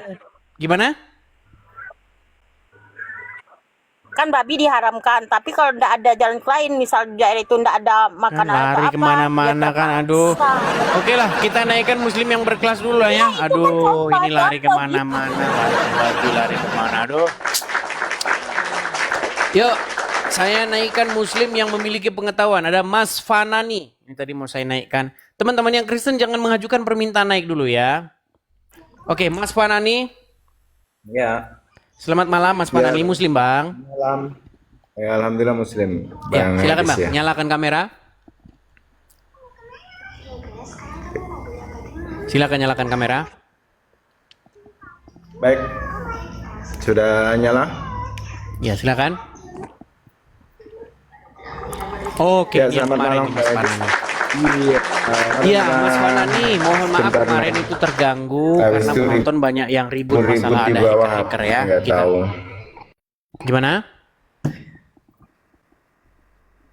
Ini heran Ya, sinyal Pak Edis. siapa sih Ini yang kayak kayaknya begini? temanya agak umum ya. Temanya agak apa istilahnya? Temanya umum. Ya. Mas Fanani bisa nggak bagusin Sinyalku sinyal bagus dulu? saja ini. Oke, apa yang mau Anda utarakan? Terdengar ya? Sudah, ini wifi-nya full ini sinyalnya. Oke, coba Anda turun dulu, nanti Anda datang lagi ke sini ya. Ya. Ya, mohon maaf ya, saya turunkan ya, sinyalnya agak-agak nge-lag ya. Oke, kita kasih naik ada Cakra. Cakra Meudonya. Cakra Meudonya. Oh, ini kayaknya Pak Cakra. Saya tahu ini orang ini. Halo Pak Cakra. Oh, benar Pak Cakra. Shalom Mas Adi, apa kabar? Salam Pak Cakra. Kabar baik. Gimana kabar Pak Cakra? Oh, alhamdulillah, syukur. Baik, terima kasih Pak Apa kabar? Cakra. Anda Kabar di sini? baik, kabar baik. Pak Cakra, Ya, ini saya dengar-dengar nih Pak Cakra ini tadinya seorang muslim. Sampai sekarang masih muslim atau gimana Pak Cakra? saya ini bukan Muslim Islam Nabi Muhammad, tetapi Muslim versi saya sendiri. Islam versi Anda sendiri. Iya. Oke. Boleh nggak jelasin dulu Pak Cakra, perkenalkan diri dulu, latar belakangnya gimana gitu Pak Cakra. Setahu saya Pak Cakra ini kan orang Aceh. Aceh itu setahu saya itu orang yang kental dengan Islamnya. Ini bagaimana jalan ceritanya kok Pak Cakra ini bisa sampai mengatakan sesuatu yang sangat kontroversial begitu.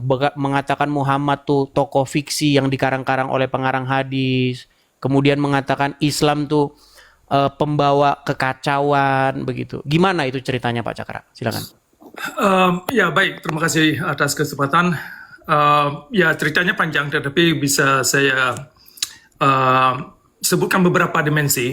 Bahwasanya di dalam Islam itu secara struktur ya, agama Islam itu bukan menuju kepada pencerahan, kepada perbaikan akhlak, bukan kepada enlightenment. Nah, kalau Islam bukan menuju kepada akhlak, tetapi diklaim sebagai akhlak, nah berarti ada kerancuan di dalam klaim yang dibuat. Betul. Nah, bagi saya itu sangat bermasalah. Karena kenapa? Dalam hidup ini kita lihat, walaupun kita punya sarjana, punya insinyur, tetapi akhlak itu sangat tidak bisa dipisahkan daripada perangai seseorang. Ya kan? Jadi kalau Islam tidak bisa mewujudkan dan mengaktualisasikan secara sistematis cara membentukkan aswatun hasanah yang diklaim janji datangnya Nabi Muhammad, berarti ada masalah dalam doktrin Islam itu yang sungguh bermasalah. Nah, itu Contoh-contohnya nih, contoh-contoh menurut Pak Cakra, hal-hal yang memang Islam itu merupakan ajaran yang destruktif atau merusak, itu apa contohnya misalnya?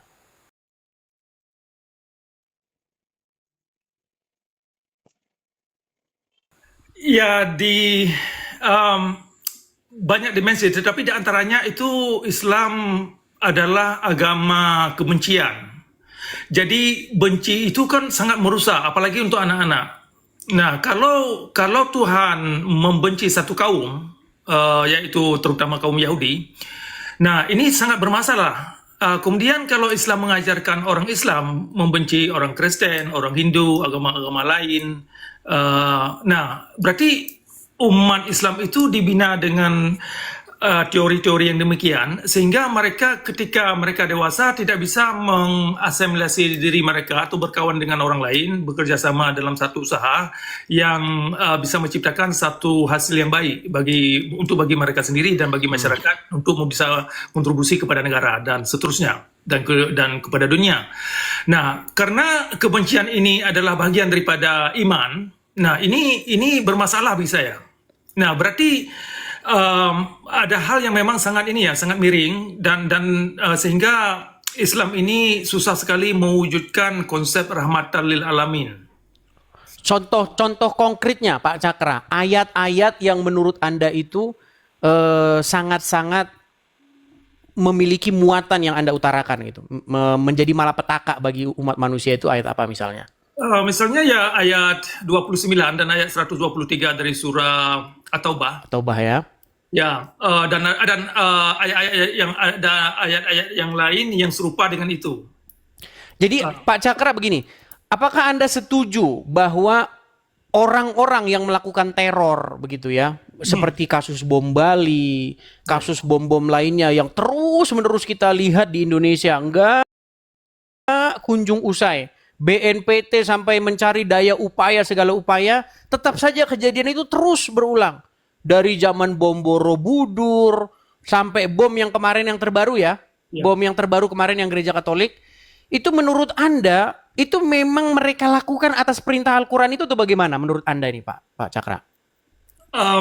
Itu saya kira sangat mendasar kepada doktrin.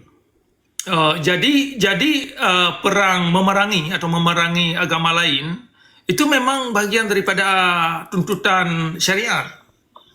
Nah, kan ada di ayat ayat 123 itu dan ayat-ayat yang lain di dalam Al-Quran itu yang memerangi yang menyatakan memerangi umat lain ya bentuknya macam-macam. Salah satu di antaranya ya pakai teror-teror yang demikian, bakar-bakar gereja, bakar-bakar, pokoknya bikin-bikin kerusuhan. Nah, itu bagian daripada dakwah. Ya juga yang kita lihat perlakuan-perlakuan orang teroris kan bagian daripada itu. Kalau kita dengar dakwah-dakwah mereka kan sering kali mereka menggunakan ayat-ayat yang demikian. Apalagi hadis-hadis yang memang terkait dengan ya kekerasan lah. Apalagi kalau kita lebih mendalam kepada syariat Islam lebih khususnya. Itu kan butir-butir syariat Islam itu kan butir-butir penganiayaan. Korban yang utama adalah ya orang Muslim itu sendiri, korban pertama. Ini yang kita sayangkan, bahwasanya kita ingin ingatkan kawan-kawan kita dalam Islam itu bahwasanya penegakan syariat Islam sesungguhnya adalah penegakan kezaliman Nabi Muhammad dalam beragama. Waduh. Nah, Ini statement. Kenapa saya bilang demikian? Karena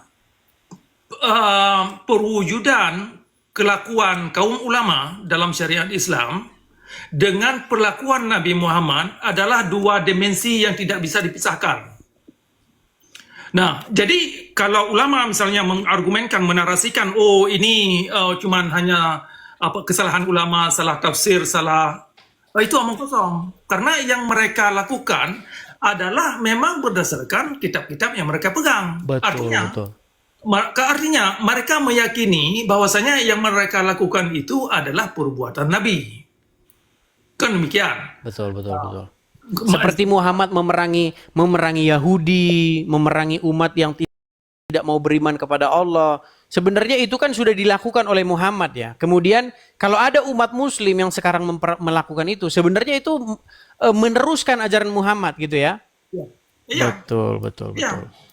Ya, itulah kita ingin mengajak kaum muslim ini untuk bisa jujur, terutama mereka para cendekiawan muslim, agar bisa jujur sehingga kita bisa berdialog secara produktif.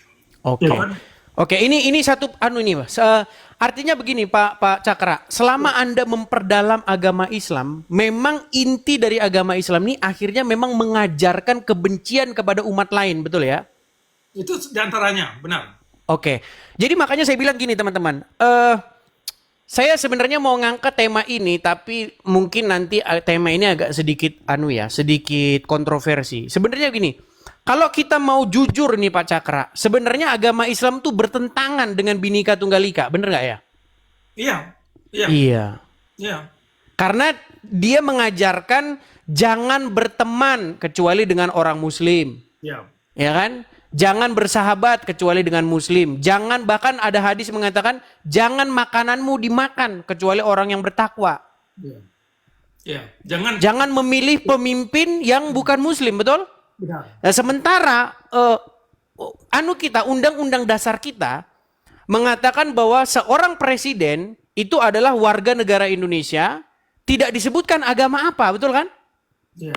Tapi kalau dalam Muslim dilarang memilih pemimpin yang bukan Muslim. Makanya saya bilang sebenarnya ajaran agama Islam ini bertentangan dengan dasar-dasar falsafah negara kita. Nah, cuman memang orang nggak berani bersuara Pak Cakra, nggak berani. Gitu. Jadi ini teman-teman tolong direkam kalau teman-teman mau merekam ya. Saya mengatakan bahwa ajaran Islam yang sesungguhnya itu bertentangan dengan dasar negara kita dan falsafah bangsa ini. Gitu. Makanya hukum termasuk dia yang berkaitan dengan ini ya, dengan syariat Islam itu bab penistaan agama. Itu sangat bertentangan dengan azas-azas Pancasila saya kira dan azas-azas Undang-Undang 45 terutama pasal 29. Oke. Ya, itulah teman-teman ya. Kalau teman-teman mempelajari dasar negara kita itu kan Pancasila. Kemudian falsafah kita itu adalah Bhinneka Tunggal Ika. Nah, sementara dalam undang-undang dasar kita ya, itu disebutkan bahwa yang boleh jadi presiden itu adalah warga negara Indonesia ya, berumur sekian. Tidak ada di situ agama tertentu. Tetapi menurut hukumnya Islam, jangan memilih pemimpin kecuali yang Muslim. Bagaimana mungkin ajaran agama Islam itu bisa sejalan dengan hukum atau undang-undang dasar? Begitu. Makanya dulu pernah Egy Sujana itu mengeluarkan satu statement bahwa selain agama Islam itu harus dibubarkan karena bertentangan dengan Pancasila. Makanya saya balik nih sekarang. Sebenarnya yang bertentangan dengan Pancasila itu adalah agama Islam. Begitu. Itu benar. Memang itulah masalah. Makanya syariat Islam itu sangat bermasalah bagi Indonesia saya kira. Karena semakin orang Muslim tenggelam dalam syariat Islam, maka semakin mereka memberontak ya. Ya, benar. Dan ingin mendirikan negara syariat itu. Ya, benar. Iya. Jadi buktinya, kita bicara bukti ya teman-teman. Lalu apa buktinya bahwa ajaran agama atau syariat Islam itu bertentangan dengan dasar negara kita dan falsafah negara kita? Buktinya, gerakan-gerakan pemberontakan seperti DITII, ya kan, Permesta, Kahar Muzakar, itu sudah kita lihat dari sejarah bangsa kita berdiri, mereka selalu ingin memberontak, gitu, untuk menggulingkan kekuasaan, untuk mengganti dasar hukum kita dengan syariat Islam. Itu adalah bukti bahwa sesungguhnya ajaran agama Islam itu bertentangan dengan Pancasila dan Undang-Undang Dasar 1945, begitu. Ya, benar. Itu makanya Islam yang berlandaskan teologi atau ideologi itu sangat bertentangan dengan azas-azas kemanusiaan, sangat bertentangan dengan azas-azas universal. sangat bertentangan dengan prinsip-prinsip alam. Nah, ini yang sering orang Islam tidak mengerti. Makanya kalau kita ajak mereka untuk membuktikan secara konkret mekanisme untuk mewujudkan aswatun hasanah dan agama yang rahmatan lil alamin secara ini ya methodical, secara yang bisa ditempuh langkah-langkahnya itu bagaimana, itu susah karena tidak berlandaskan kepada azas-azas yang ada pada diri kita sebagai manusia. Tetapi karena keyakinan yang buta kepada dogma buta, ini yang membuat orang Islam ini terperangkap dalam slogan. Jadi mereka menganggap, misalkan begini, ada amal ma'ruf. Yang dimengerti umat amal ma'ruf adalah kerja baik. Tetapi kalau kita pelajari semakin mendalam, yang dikandung amal ma'ruf ternyata kerja jahat. Memerangi orang lain, ya kan, kerja yang menipu demi agama, banyaklah, terutama dalam dimensi syariat Islam. Itu sudah di mata kita semua dan kawan-kawan di bawah bisa menelusuri mereka sendiri, dan buktinya sudah banyak, bukan hanya di Indonesia tetapi di berbagai negara, bahwasanya syariat Islam tidak dapat mengangkat marwah satu bangsa. Iya, betul sekali. Dan tidak pernah mengangkat marwah kita secara jasad, apa namanya. Betul. Artinya gini, kita kan harus bercermin dari yang sudah-sudah gitu ya. Contoh, bahkan di zaman Muhammad saja itu ketika pada zaman Khilafah Rasyidin itu, bagaimana penerus Muhammad itu terjadi kekacauan di mana-mana. Terjadi disintegrasi, terjadi peperangan, saling tikai, saling bunuh, ya kan? Bagaimana seorang pemimpin saja seperti Umar bin Khattab, seperti Ali bin Abu Thalib, seperti Utsman bin Affan itu berakhir dibunuh. Gitu kan? Itulah satu bukti bahwa kita tidak mungkin bisa mengatakan bahwa syariat Islam itu memang membawa sesuatu yang baik begitu. Dari yang sudah terjadi, di mana ada syariat Islam, di situ ada kekacau balauan. Seperti misalnya yang terjadi sekarang di Afghanistan, di Pakistan, Syria, bahkan di zaman-zaman setelah Muhammad sendiri itu kekacauan di mana-mana begitu. Benar, termasuk di Afrika Barat itu kan orang-orang yang sangat radikal, itu kan mereka menggunakan syariat Islam. Itu negara-negara mereka kena anjlok, padahal sumber daya alam yang dikandung oleh negara mereka itu kan sungguh banyak. Tetapi karena syariat Islam, umatnya itu miskin. Karena ya orang takut untuk datang ke sana untuk menanam modal, untuk mengembangkan satu bisnis. Kemudian etika kerja masyarakat setempat ini tidak menunjukkan dan tidak bisa membuat investor ini aman. Oke. Nah, termasuk ya sekarang ini kan contoh bagi masyarakat Indonesia bisa melihat di Aceh. Sekian lama sudah ada Islam di Aceh. Nah, ternyata peradaban manusia tidak dapat mengangkat marwah masyarakat Aceh itu sendiri kepada peradaban yang maju mulia. Oke. Nah, artinya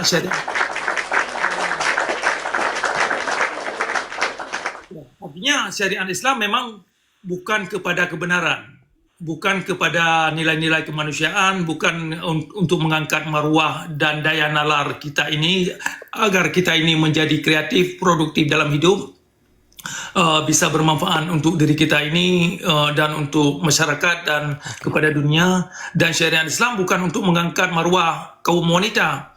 Nah, ini ibu-ibu yang di bawah ini tolong dipikirkan ini persoalan syariat Islam. Itu korban, di antara korban pertama adalah kaum wanita. Betul sekali. Di mana wanita itu terkekang hak-haknya, bahkan mereka itu tidak boleh keluar rumah ya menurut syariat Islam ya. Iya. Jadi teman-teman, ya memang gini Pak Cakra, masalahnya itu banyak umat muslim itu yang tidak mendapatkan edukasi yang benar begitu.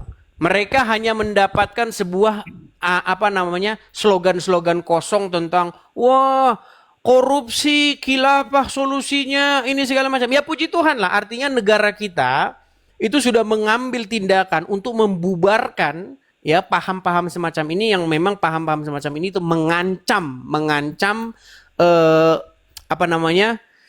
dapat membuat disintegrasi antar bangsa begitu. Jadi makanya saya bilang teman-teman ya, bukti bahwa ajaran atau syariat Islam bertentangan dengan dasar negara kita, dengan Pancasila dan Undang-Undang Dasar 1945 adalah bahwa mereka dari sejak berdirinya negara kita ini selalu berusaha untuk mengerongrong keutuhan NKRI itu dengan cara mengganti dasar negara kita Pancasila itu dengan syariat Islam. Oke lah, itu buktinya ya. Saya nggak omong kosong begitu. Ya. Seperti itu. Kalau bisa tambah sedikit menjawab pertanyaan Mas Edis tadi, persoalan latar belakang saya, bagaimana saya melihat Islam ini bermasalah secara moralitas ya. Karena Islam secara ideologi itu mereka mengambil ayat-ayat yang sebagian ayat Al-Quran diterjemahkan sedemikian rupa untuk kepada kejahatan. Nah, sedangkan ada sejumlah ayat-ayat Al-Quran yang bagus itu ditolak. Contoh, La ikraha fiddin ayat 256 surah Al-Baqarah. Itu sebenarnya bagus. Tidak ada paksaan gitu ya dalam beragama ya. Benar, itu bukan ya tidak ada paksaan dalam beragama.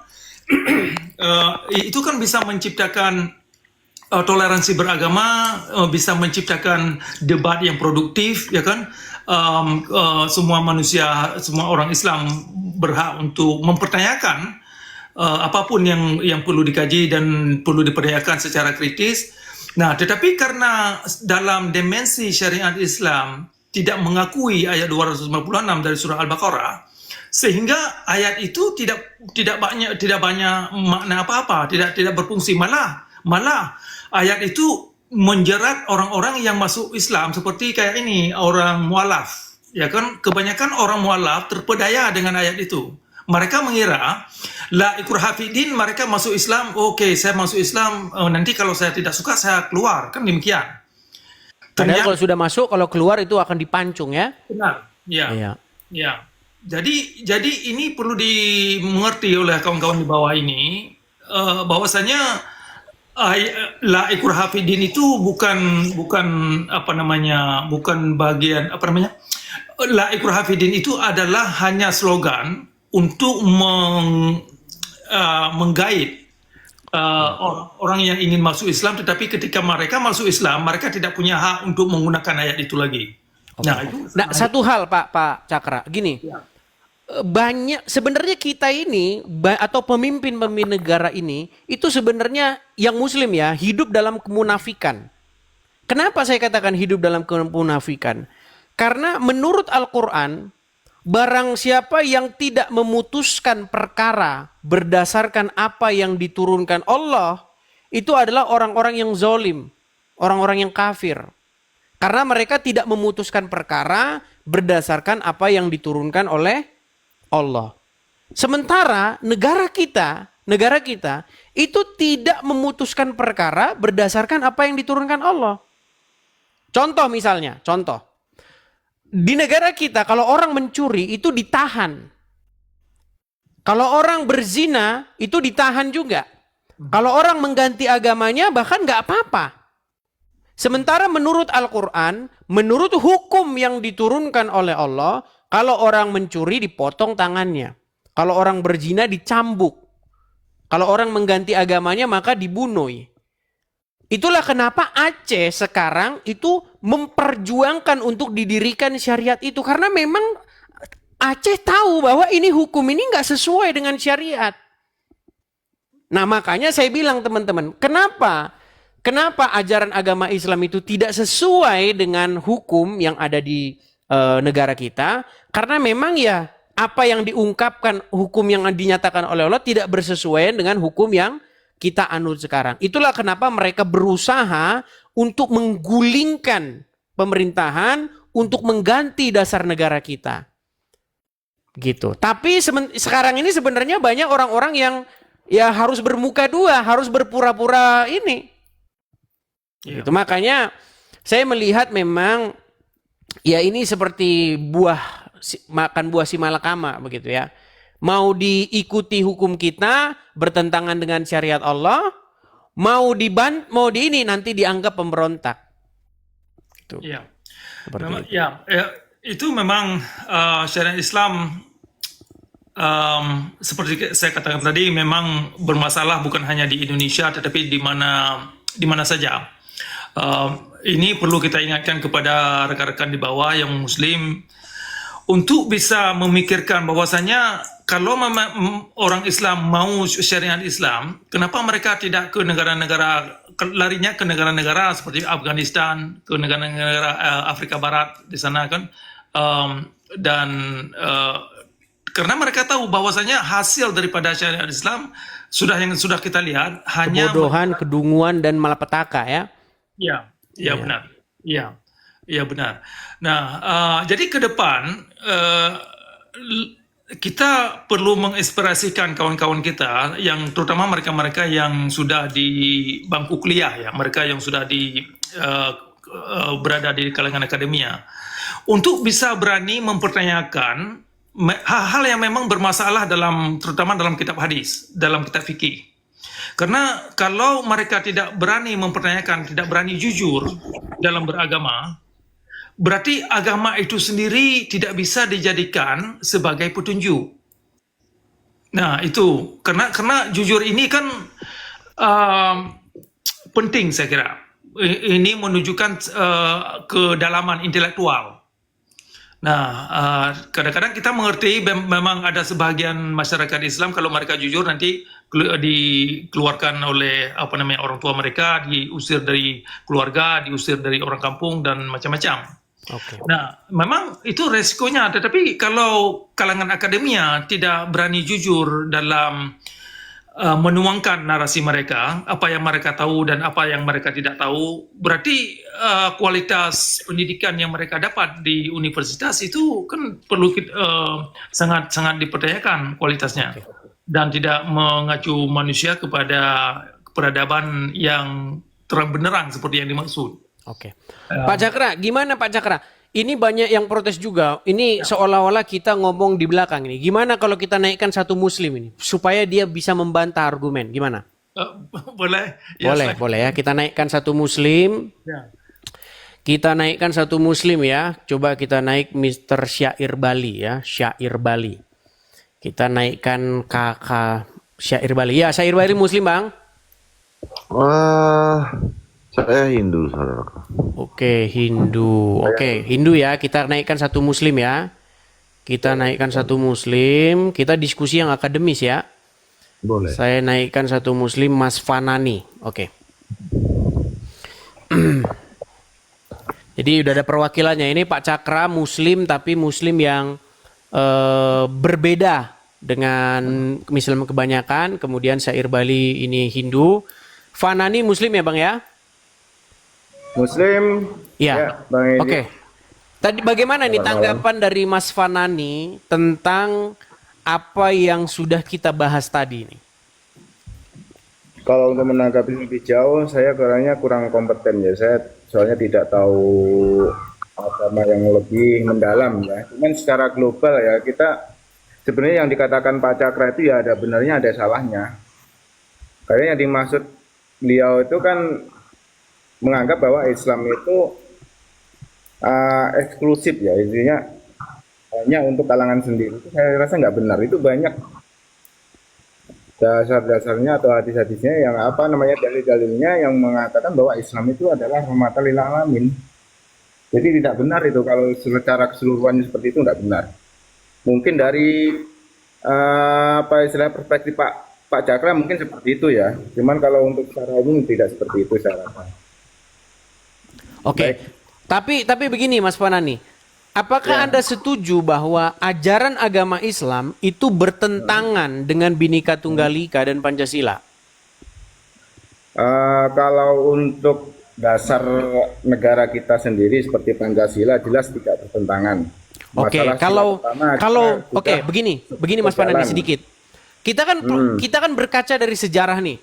Bagaimana gerakan Kahar Muzakar, ya kan? Bagaimana gerakan DITII, ya kan? PRRI Permesta. Bagaimana gerakan-gerakan Islam yang pada zaman dahulu sampai detik ini. Bahkan yang terbaru itu adalah kelompok HTI, ya Hizbut Tahrir.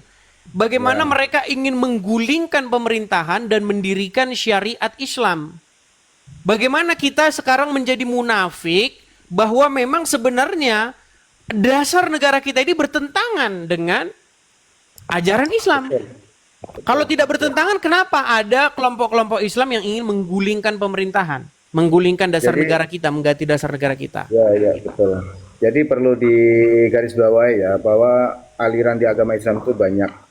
Jadi ada yang garis keras, yang mereka fanatik buta dengan apa yang mereka yakini, ideologi Islam yang sepenuhnya mereka yakini itu sepenuhnya diimplementasikan di dalam kelompoknya. Dan ada juga yang Islam moderat, ada juga yang Islam netral. Maksudnya netral itu dalam artian ya Islam yang asal Islam aja. Dan negara kita itu kan memang berdasarkan berdasarkan dengan hukum Islam. Jadi kita harus menyesuaikan juga di mana kita tinggal dan di mana kita harus menerapkan hukum itu. Jadi nggak bisa kita memaksakan hukum Indonesia itu harus Islam, nggak bisa, karena masyarakat Islam itu bukan semuanya Islam, dan pendiri bangsa negara kita itu juga bukan semuanya Islam. Itu harus dimaklumi, kita sebagai orang Islam di Indonesia ya harus bersifat moderat lah. Ya, makanya kesimpulannya ya Pak Cakra, tadi sudah saya katakan bahwa memang seorang muslim harus menjadi muslim yang munafik. Benar, itu bukan munafik ya, istilahnya asal jangan menabrak aturan syariat yang telah ditetapkan Allah dan Rasulnya secara Oke, saya kasih contoh spesifik yang nyata nih Mas Panani. Ya. Menurut hukum Allah, menurut hukum yang ada di dalam Al-Quran, kalau seseorang mengganti agamanya, maka harus diapakan? Itu ada hukum semacam hukum di dipancung ya, atau di apa namanya. Sementara sekarang apakah itu diberlakukan?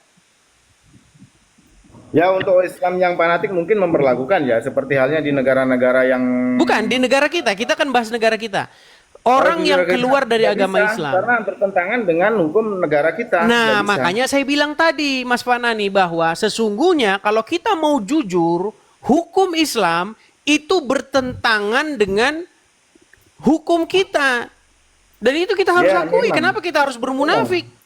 Ya, bukan masalah munafik ya. Kita itu harus moderat ya. Jadi kita harus juga jangan terlalu kolot. Jangan terlalu terlalu kolot itu. Padahal kalau kita merujuk kepada Al-Quran, barang siapa yang tidak memutuskan perkara berdasarkan yang diputuskan Allah, itu adalah orang-orang zolim. Begitu. Oke, coba kita minta tanggapannya dari yang lain. Mungkin Pak Syair Bali atau Pak Cakra mau nanggapi, silakan. Oke, Pak Cakra atau saya dulu, monggo. Terserah. Silakan Pak dulu ya. Terima kasih. Terima kasih Edis, Adinda, sudah menaikkan saya. Jadi begini, hukum agama di Indonesia dengan ada 5 agama itu kalah dengan hukum Indonesia. Tidak ada kompetisi. Ya, tidak usah dipertentangkan bahwa hukum agama di Indonesia itu sudah kalah dengan hukum positif yang berlaku di Indonesia. Itu menandakan bahwa hukum Tuhan di Indonesia itu kalah dengan hukum manusia. Itu yang pertama. Yang kedua, ya, kalau menurut saya orang Hindu, jujur saja saya mengatakan bahwa Muslim ini besar, ajarannya pasti benar, pasti baik. Cuma dicarut-marutkan oleh para ulama, ya seperti Abdul Somad menghina umat Kristen, ya ini dia menghina umat Hindu juga, bilang menyembah berhala, salib ada setan dan lain sebagainya. Ini udah kacau. Tapi umat Muslim mayoritas di Indonesia semua diam. Itu saya tidak suka. Sangat saya tidak suka. Ya, jadi mestinya umat Muslim di Indonesia itu pintar. Kalau ada ulama yang seperti itu, mestinya bersuara. Ini akan merusak NKRI. Tapi itu udah ada dasarnya, Pak Syiar Bali. Saya tahu boleh berbohong, boleh apa, saya tahu. Tapi hendaknya hati nurani kita itu jalan. Kita berada di Indonesia. Hati nurani itu kita jalan. Kalau memang itu nyeleneh atau salah, mestinya bersuara. Itu yang saya harapkan sebenarnya sebagai umat Hindu di Bali. Karena kami di Bali dengan umat Kristen, dengan umat Muslim, kami pelangi yang indah di Bali. Begitu loh. Ya, tapi kalau tanggapan saya begini, Syair Bali. Kita itu sebenarnya hidup dalam kemunafikan begini. Apa yang diutarakan oleh ulama-ulama, masalahnya itu ada di dalam literasi Islam, begitu loh. Jadi sebenarnya yang terjadi begini, yang terjadi itu begini. Mayoritas umat muslim itu mereka tidak tahu apa yang tertulis. Kemudian yang kedua, mereka ini hidup dalam sebuah dilema. Mana nih yang harus diikuti? Hukum Allah atau hukum negara? Ya kan? Betul yang Anda bilang bahwa karena kita negara Indonesia, maka hukum positifnya kan hukum negara. Sementara di hati nuraninya orang Islam, di relung hatinya yang paling dalam, itu hukum Allah yang harus dilakukan. Maka sebenarnya yang terjadi sekarang ini adalah sebuah pending. Sebuah pending kapan gerakan ini bisa betul-betul membludak. Begitu. Kalau saya sih melihatnya tinggal menunggu waktu. Begitu. Mungkin Pak Cakra mau berbicara. Silakan Pak Cakra. Ya, boleh. Begini, perlu kita ajak kawan-kawan semua, terutama orang-orang Islam, untuk bisa bercermin di depan cermin. Artinya, kalau agama yang mereka anut mengacu mereka kepada orang-orang jahat, apapun nama, apapun istilah, apapun argumen yang mereka buat, berarti ada masalah di dalam doktrin itu sendiri. Nah, kalau mereka menggunakan ayat Al-Quran, mereka beralasan dengan ayat-ayat Al-Quran dan hadis, berarti ayat Al-Quran itu perlu dipertanyakan kelayakannya itu sampai sejauh mana. Kalau ayat Al-Quran digunakan dengan sedemikian rupa dan mengacu umat kepada orang jahat, nah, maka Al-Quran itu harus digugat untuk dipertanyakan apakah itu memang tujuan Tuhan. Nah, makanya orang Islam tidak hanya memakai slogan, oh ini Al-Quran, kitab suci yang begitu hebat dan pulan-pulan ini adalah hukum Tuhan. Tetapi kalau makna yang dibuat itu adalah mengacu mereka sendiri kepada orang-orang dan golongan yang tidak baik, nah, itu perlu dipertanyakan makna yang mereka buat. Termasuk konsep Tuhan itu sendiri. Nah, kalau konsep Tuhan yang dibawa oleh Nabi Muhammad hanya mengacu umat kepada kezaliman dalam beragama, maka konsep Tuhan itu sendiri perlu digugat, perlu dipertanyakan. Jadi jangankan Nabi Muhammad yang perlu digugat, Tuhan itu sendiri, Tuhan yang dibawa oleh Nabi Muhammad itu sendiri perlu digugat. Kalau memang Tuhan yang dianut umat ini hanya membawa umat kepada kezaliman dalam beragama. Makanya saya sendiri sudah lama ini mengajak kaum Islam untuk coba mewujudkan konsep rahmatan lil alamin dalam hidup mereka itu bagaimana. Nah, apakah kalau mereka tidak mampu mewujudkan konsep rahmatan lil alamin pada diri mereka, itu perlu kita pertanyakan kendalanya di mana. Nah, alasannya apa? Nah, kemudian juga sama halnya pertanyaan yang sama kita tanyakan kepada mereka, kenapa Islam itu tidak bisa mewujudkan konsep rahmatan lil alamin yang mereka ini akan pamer-pamerkan. Nah, kita perlu pertanyakan kendalanya di mana. Nah, kalau ada kandungan dari ajaran dalam agama Islam yang terbukti ada kaitannya dengan perbuatan kaum ulama, perbuatan umat yang mengacu umat kepada golongan tidak baik, golongan yang bikin kerusuhan, berarti ajaran itu sendiri perlu digugat, perlu dipertanyakan keabsahannya dan kelayakannya sebagai petunjuk. Nah, makanya tidak ada hal bagi saya sendiri ya ini tidak ada hal yang tidak bisa kita pertanyakan. Harus kita berani mempertanyakan apapun yang perlu kita ingin tahu kalau memang kita ini ingin mencari kebenaran. Nah, kalau konsep Tuhan dan apa yang dibawa oleh Nabi Muhammad tidak bisa dipertanyakan, nah inilah yang membuat umat Islam ini terjebak dalam dogma buta, terjerat dalam kezaliman dan kenistapaan, karena mereka tidak bisa keluar daripada apa yang telah digariskan oleh kaum ulama, oleh kaum mazhab, oleh pendapat-pendapat mereka. Nah, makanya ini kan peran cendekiawan Muslim kan sebenarnya harus ikut ambil andil dalam persoalan ini. Jadi kalau hanya lulusan-lulusan para sarjana, para akademia yang sudah mendapat gelar guru besar di perguruan tinggi yang mengajarkan hanya menghafal, tetapi tidak memberdayakan daya pikir mahasiswa untuk bisa mempertanyakan dengan pemikiran-pemikiran yang kritis dari semua literasi yang sudah ada dalam agama Islam.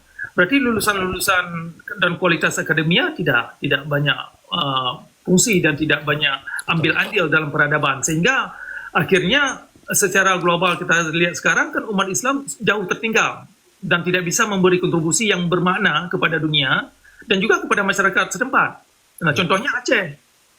Nah, Aceh itu kan sudah lama ada Islam di sana. Kenapa orang Aceh itu tenggelam dan terjerat dalam kezaliman dalam beragama? Jawabannya sederhana, karena memang ajaran agama yang mereka anut adalah mengacu mereka sendiri kepada kebodohan, pembodohan, dan ignorance. Ya kan, sikap-sikap tidak mau tahu, sehingga kekerasan dalam beragama itu sudah tidak asing lagi kalau di Aceh. Ya, sikap-sikap halal darah dan macam-macam lah. Iya. Nah, itu yang kita sayangkan, yang kita ingin himbau kepada kaum Muslim, ya, para cendekiawan untuk bisa terbuka, untuk bisa menerima kritik, untuk bisa untuk berani mempertanyakan hal-hal yang memang perlu kita pertanyakan. Iya, jadi intinya teman-teman, hasil dari pembicaraan kita ini gini teman-teman. Intinya memang yang terjadi sekarang di negara kita ini adalah sebuah pilihan sebenarnya. Satu pilihan bagaimana umat Muslim itu harus dalam tanda kutip ya berpura-pura untuk mengikuti hukum yang dibuat oleh manusia.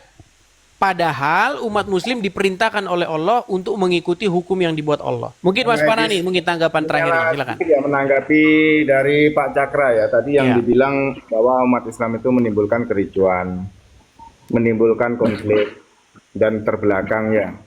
Mungkin bisa dicontohkan untuk yang sekelas di Indonesia, di mana umat Islam yang mayoritas ini, saya rasa bisa menjaga persatuan dan kesatuan sampai saat ini. Ya, itu karena tidak melakukan ajaran agama Islam, Mas Panani. Ya, itu nanti saya yang jawab. Sudah saya jawab, yang sudah saya sampaikan tadi ya, karena di Indonesia kita itu umat Islam itu beradaptasi dengan budaya dan kearifan lokal ya. Jadi kita itu nggak serta-merta langsung menggasak atau mungkin berlaku ekstrim ya, seperti yang dilakukan saudara-saudara kita Muslim yang lain yang mereka fanatik itu, yang sedikit-sedikit mengharamkan, sedikit-sedikit mengkafirkan, itu saya rasa tidak cocok memang di Indonesia. Bukannya karena munafik ataupun apa ya, karena bukan itu, karena Islam itu yang sudah punya dasar tadi yang rahmatan lil alamin, jadi nggak sembarangan langsung pukul rata. Nggak sembarangan. Oke, coba Mas Syair Bali coba tanggapi Bang, Syair Bali. Nanti saya akan jawab, Fanani. Jawaban saya akan sangat menyakitkan buat Fanani. Namun sebelumnya saya mau bicara dengan saudaraku Edis yang ganteng. Terima kasih Edis pakai The Star, itu The Star umat Hindu. Terima kasih, kamu universal. Ya, terima kasih banget. Jadi begini Edis, saya tidak mau berat sebelah bahwasanya umat Kristen di Bali khususnya pun juga mengalami degradasi. Degradasi itu tuh misalnya memakai budaya lokal, misalnya seperti baju adat Bali untuk sembahyang ke gereja, memakai sesajen, juga memakai nama Tuhan umat Hindu di Bali, dijadikan Tuhannya umat Kristen. Ya, semoga Edis bisa bicara. Saya tidak mau lebih lanjut membicarakan itu, karena dalam Bible berbahasa Bali itu mengatakan bahwa ya Bapak Yesus itu adalah Ide Sang Hyang Widi Wasa, ya. Oke, saya tidak mau mempermasalahkan Oke, itu. ya, Yang silakan. penting Edis tahu, yang penting Edis tahu itu yang terjadi. Tahu, saya tahu itu. Namun begini, Fanani, Ya, siap. penting saudaraku ketahui bahwa maaf beribu maaf, mungkin ini suatu pembelajaran bagi kita. Ya, intinya kalau saya menjadi Raden Patah, mungkin saya akan lebih biadab dari dia. Itu intinya. Ya, itu karena kesalahan Brawijaya V. Karena adanya Raden Patah dan para Sunan, itulah peradaban di Indonesia itu hancur. Saya setuju. Hancur. Hancur lebur. Iya. Ya, lalu pertanyaan saya, setelah Muslim masuk, peradaban apa yang telah dibuat oleh Muslim di Tidak ada. Nusantara? Tidak ada. Tidak ada. Tidak ada. Jadi begitu loh saudaraku ya. Jadi ayolah kita berbesar hati, ayolah kita menjadi pelangi yang indah, karena satu warna pelangi itu tidak ada, akan tidak dikatakan indah. Iya. Terima kasih Pak Rani. Mohon Iya, ya. saya setuju banget. Begini Syair Bali. Masalahnya begini. Kalau kita merujuk kepada ajaran agama Islam, memang di dalam ajaran agama Islam itu seperti itu. Bahkan memberikan salam saja. MUI sudah mengeluarkan sebuah fatwa. Haram mengucapkan salam lintas agama. Bayangin. Jadi kita ini munafik sebenarnya. Bukan saya yang munafik ya. Orang-orang Islam ini sekarang hidup dalam kemunafikan. Karena apa? Karena di satu sisi harus menuruti hukum yang dibuat di Indonesia. Di satu sisi di masjid hukum Allah yang harus ditegakkan. Bukan di masjid Bang Edi ya, di komunitas kita ya Bang Edi ya. Iya, bukankah Muslim terus menerus? Sekarang begini, Mas Panani, benar nggak Muslim ini sangat rindu supaya didirikan syariat Islam? Betulkah umat Muslim ini sekarang teriak-teriak dirikan syariat Islam, khilafah solusinya? Kan itu sekarang yang diseru-serukan orang Muslim. Tapi memang terbendung sekarang. Nggak semua ya. Apa istilahnya saya bantah itu nggak semua seperti itu. Karena kita tahu, kita sendiri kan ya orang asli orang Indonesia. Jadi kita berbudaya Indonesia. Cuman diwarnai aja budaya kita itu dengan budaya Islam. Jadi nggak sepenuhnya kita itu berubah total. Semuanya ala Islam, harus pakai budaya Arab dan lain sebagainya. Dan perlu dicatat ya, Arab sendiri itu nggak semuanya Islam. Tapi begini Mas Panani, salah satu contoh ya Mas Panani, kita bicara masalah kebaya dan nama orang. Ini fakta yang sudah. Ini pelan-pelan loh. Kalau kita memperhatikan ya, taruhlah tahun 90 ke bawah. Begitu banyaknya orang-orang Islam, orang-orang Indonesia yang pakai nama asli Indonesia. Ya kan? Ini dari nama dulu. Nama misalnya Joko Susilo, ya kan? Handoyo, siapa? Itu nama-nama orang Indonesia. Sekarang sangat sulit menemukan nama-nama itu. Sekarang nama-namanya siapa coba? Coba nama-namanya. Nama-namanya Arab semua. Itu baru nama. Kemudian pakaian. Sekarang namanya justru seperti nama saya ini ya. Ini nggak terlalu berbau Arab ini. Iya, sekarang coba ya. Lihat anak-anak yang lahir tahun 2000-an ke atas. Bagaimana nama mereka itu sekarang udah nama-nama Arab. Anak-anak Islam sekarang itu namanya berbau-bau ala artis ya. Yang namanya cenderung berakhiran huruf A dan lain sebagainya. Ada bau ininya, nggak berbau muslimnya, kecuali ada orang-orang tertentu yang mungkin dari keluarga fanatik muslim ya. Dan perlu diketahui ya, di Indonesia ini Islam memang besar, tapi itu yang mungkin bisa dikatakan bahwa banyak yang ini ya, Islam KTP. Ya, saya setuju dengan itu. Itulah kenapa gerakan Islam itu sekarang mandek. Karena memang orang Islam itu memang tidak melek dengan agama Islam. Ada dua kemungkinan memang.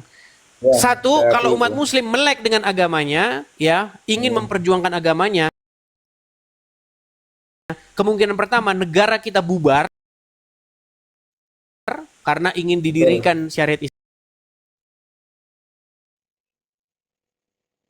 Islam. Yang kedua,